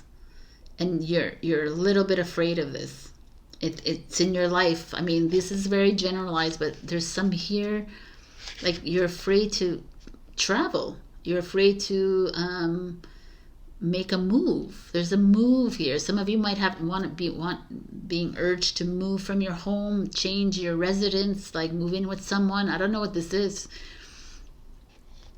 You know, because judgment, it rules Pluto. Pluto is like Scorpio is the 8th house, which is death, which is change, which is taxes, which is like sex as well, and something else I keep forgetting. But it's like, to me, it's all about changes here for you. And then there's like the 9 of Wands, which is Sagittarius energy, which is this like this ferocious tiger holding onto her wand. Usually the 9 of Wands is like contemplation. Like she knows that she needs to make a move, but she's afraid and she's holding on tight to that wand of hers. And she's like, I don't know. And she's screaming inside or outside of here. She's ferocious because she's almost battling with herself. You know, and the 10 of Wands is carrying these burdens, right? You know, so like, I just question what is going on in your mind right now. Like, where in your life do you feel unstable? Where in your life do you feel too stable? Why are you afraid to to step onto the path? You know, like there's this amazing energy showing up for you, the Judgment card, which is this like awakening aha moment, and you know it. You know, like, we don't know anything, by the way, just so you know. Like, we know nothing. We don't know anything. If you can be okay with not knowing everything, but there's this knowing that you know nothing and that you're ready to step on that unknowing path. You understand me? Right? So, and the 4 of Pentacles is like, yeah, but you're so like scared to go onto the unknown, and you're holding on to like this money, falsity, like, oh, we need money to live, we need money, and it's okay to have money. Obviously you need money to pay rent, maybe a mortgage, whatever it is, but it's the mindset. If we're like convinced in our heads that we are losers and failures because we're not have these big jobs and we don't have these big money, then that's what's going to perpetuate within the collective, right? And Uranus going conjunct with Jupiter is making massive change. There's a disruption in the collective. And are you ready to take the lead? Stop being afraid. Like, let's go. Because you're even upset with yourself here a little bit. Oh, these two cards are in. This is your life lesson. It's empathy, which is interesting for Aquarius, right? I am open to seeing both sides of a situation, which is kind of it is, because you are air signs and you do look. But Aquarius, generalization here, fixed sign, is of the 3 air signs the less likely to be empathic, to be listening to both sides, because you're stubborn, right? Like the Taurus, like the Leo, and like the Scorpio, which are all fixed signs. It's like, it's harder to manipulate us, right? We're like, because we're like fixed in our ways, but still, there's an openness about you, right? There's something, you are open to change, and you are open. But right now, I feel like you're having a little bit of a challenging time with your matrix world and the new world kind of thing. You're having a hard time like balancing the frequencies. You're having a hard time with life because everyone around you wants you to be something, and you're like, I want to be something so much more than this, like, well, and it's like challenging because like you have to live with your family, and you have to live with your friends, and you have to live with all these people around you that are constantly like, yeah, but like, be realistic, and it's like, this is stability, right? And it's, I don't know, realism, what does that even mean? But like, find the happy medium, Aquarius.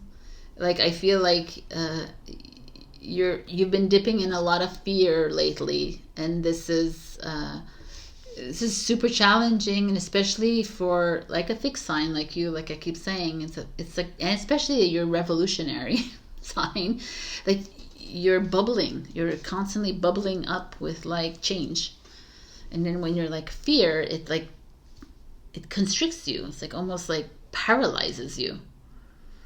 So I don't know if it's coming up for you. We can work through this. You can book a session with you and we can work through this, or you can do this on your own. It could take longer, but that's what we're doing. Your advice is abundance. I thought that was funny. Prepare yourself for incoming abundance. Release any mental blocks you may have in fairyland. No, you may have.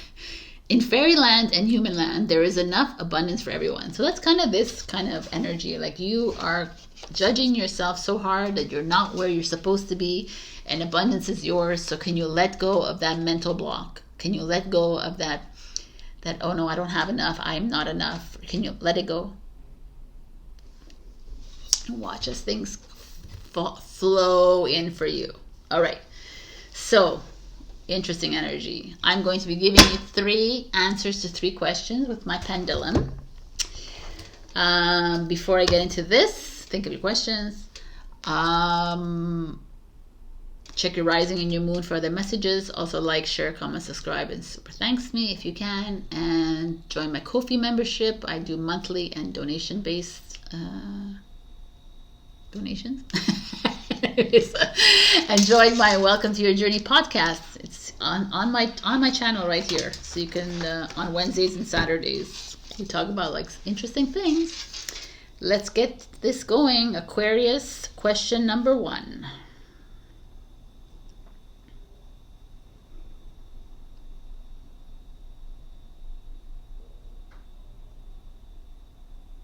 So we start off with, it went right to trust and big yes.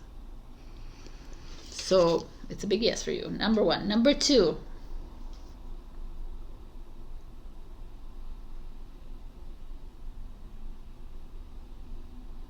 Ooh, this is the first for someone in this. Number 2 is think more expansive. So interesting, because that's Jupiter, right? So you're thinking too small, Aquarius. I'm loving that. Question number 3.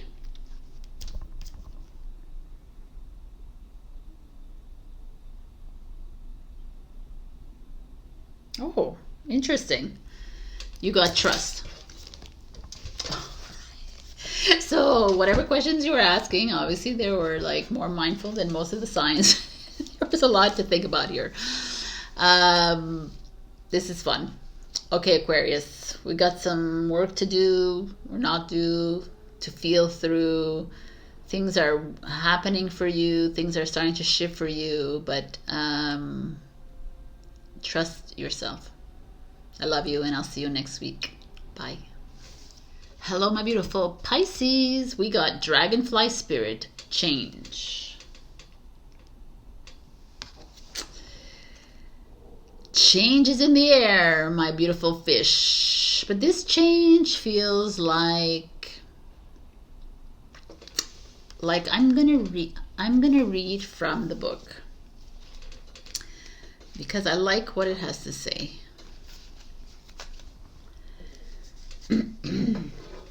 This card is letting you know that it's all right to change directions. It's okay to change your mind. You do not need to be consistent at every turn.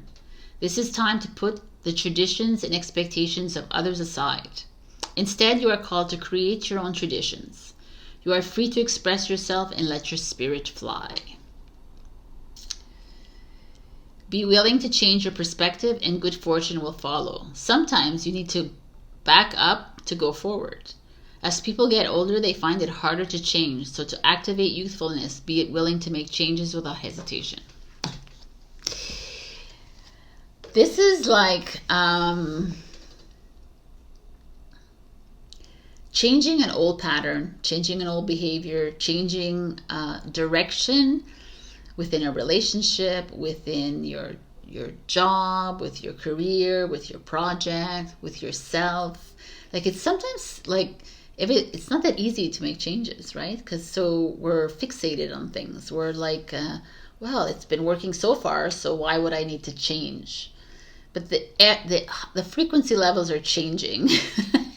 And this is like, we're moving into something completely new. So it would only make sense that transformation is a necessity in whatever you're doing. Even if you're very successful right now, you must be feeling that something has to give.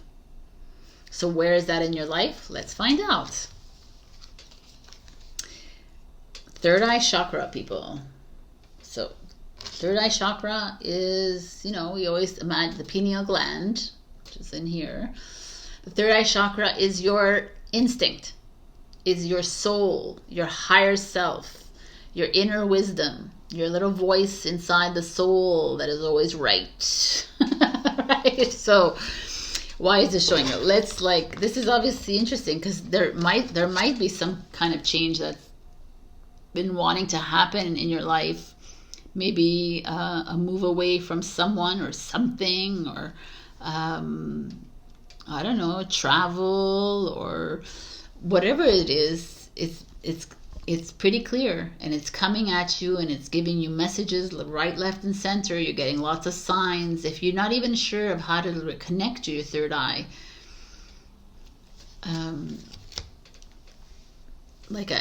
the easiest way to do is the yes no of asking the soul, like, yes, am I going the right direction? No, okay. Right? So it's listening to that yes and no and trusting it. So this is kind of like a high priestess energy. So let's see where else you're at. The Two of Pentacles, find balance. Interesting. So the Two of Pentacles is an energy where you're at a crossroads in your life, but you're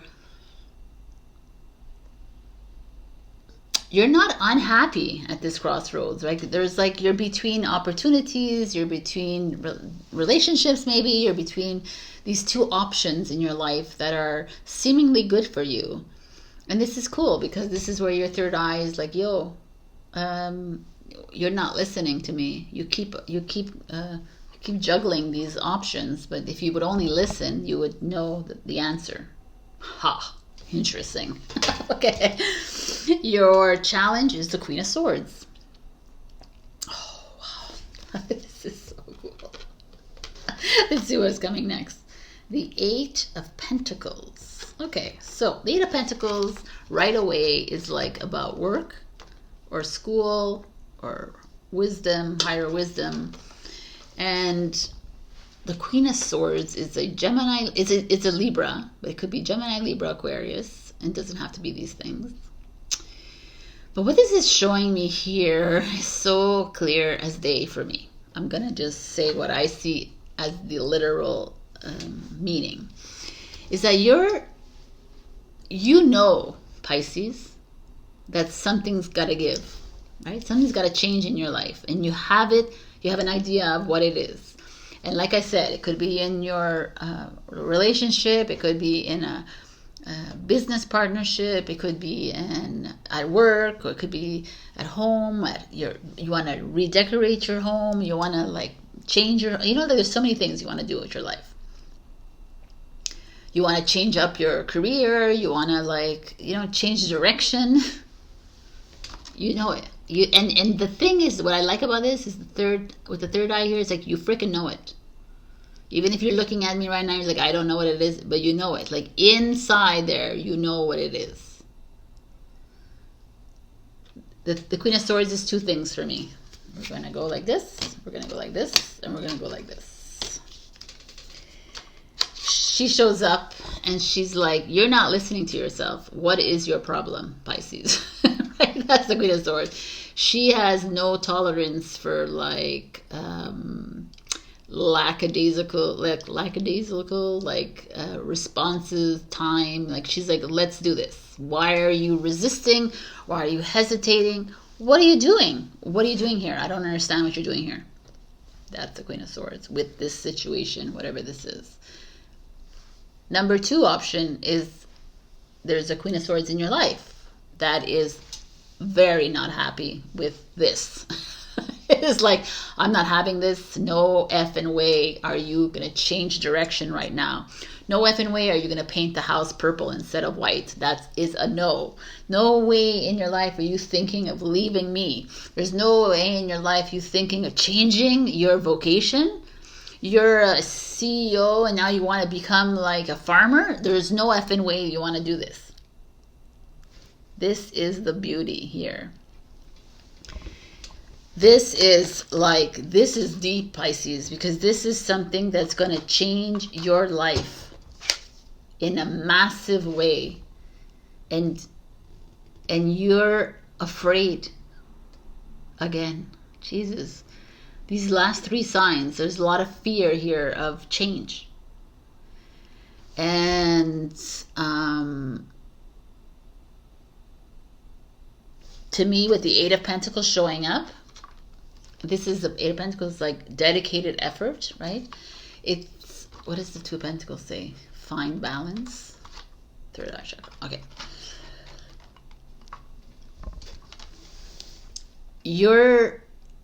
You've put in a lot of time and effort into this situation in your life, in your home, in your family, in your relationship, in your job, in your business. But at a soul level, you know that you need to make a change. And it's a huge change, which is implied by this dragonfly. And it's a change that maybe creates upheaval in your life. It's in the family, with the friends, with everybody, right? And the Queen of Swords is either holding you back from making this change because it's very uncomfortable for her, or the Queen of Swords within you is like, yo, what are you waiting for? Like, this has got to go. We need to make the change. I mean, they could be the two of them, right? It's you like going, there's no way in hell that we have to go forward.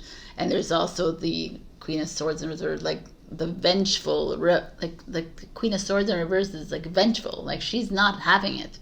She's gonna do everything in her power to stop you from making this change. which is the person, right? So there's something you're having to contend with, which could be you, or it could be someone else, to make this change, but it's here. And you've been here for a while, because the Two of Pentacles is years. Pentacles is 2 years. It could be that you've been here for 2 years already with this possible shift that needs to be made. And your third eye has shown up, and it's like, come on, man. You know it. You know what you need to do, Pisces, but what are you holding on to? Why are you holding on to? You've put in the time, you've put in the effort, you've put in the work, you've put in the energy. What else is there? What are you holding on to? What are you afraid of? Right? Pisces, you're our spiritual warriors. You know, you are our super intuitive, super sensitive, but you're also crazy. Like, you know what I'm saying? No, I don't mean that. You're not crazy. But you're like hard workers. But you're crazy. When I say crazy, it's like you want things to go your way, and I get it. But your soul is stronger here, and it's asking you to truly listen. And if you continue to resist, your Queen of Swords inside you is going to continue to battle you until you make that change. I'm telling you right now. So, and if you make that change, you will have an external Queen of Swords battling you too. So you're in for a battle. And I know you're up for it. But stick to it. Because this change is going to completely revolutionize your life. For the better. These cards, they haven't stopped. Wow. This is your soul lesson. It's death. I am learning that endings are merely beginnings. And that's what's happening here. We are at an ending. Can you close that door? Can you close the book, the chapter? Because we are ready for something completely new. We are at the end of the age of Pisces. We have entered into age of Aquarius. Are you ready to, for your vision, a new vision to come in, a new creative side of you to move up into a higher frequency? Are you ready? Or do you want to stay into the old again? Your advice is solitude. I love this. Think of being alone as meaning you are all one and in total harmony with everything. The greatest treasures are those that wait silently during your quiet times. That's really beautiful, actually. But solitude to me is, again, like, there's no solitude. Like, maybe you're doing this change all alone. But even if you're doing, because maybe you are, right? If you have to leave something behind, if you have to change something else, it's like you're making this decision. But remember that you're not alone. I'm at 144, which is kind of cool. If you are spiritual, you know what that means. Because the 144, the 144,000 are your OG light workers that came onto this earth to do something new. So you're not alone. You're always supported, whether it's physical or etheric. So remember, when you make these changes in your life, you're doing this not only for you, but you're doing this for the whole.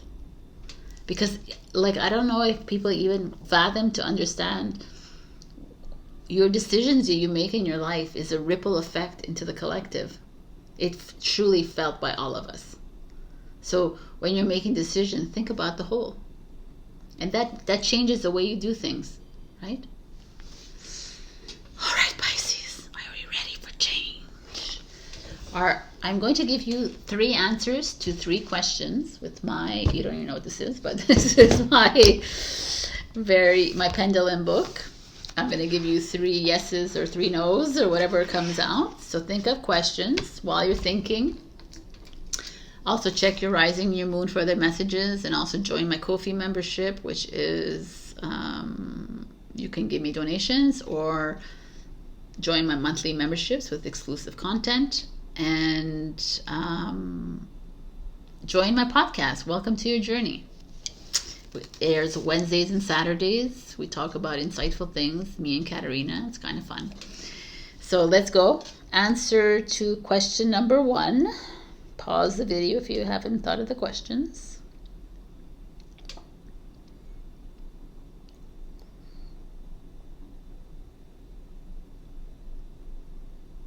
Oh, all right. I don't know what you asked, but answer number 1 is never. Okay. Answer number 2 is yes, and answer number 3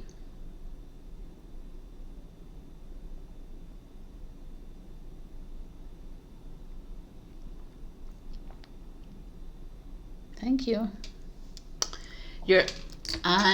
It's big yes, trust, and answer number 3. So never is number 1. You're the first one who got that. So again, these are general readings, and if you want to book a session with me, feel free to reach out at welovedivine.com, at info@welovedivine.com. And I will see you next week, my beautiful fish. Have a good one. Change is here.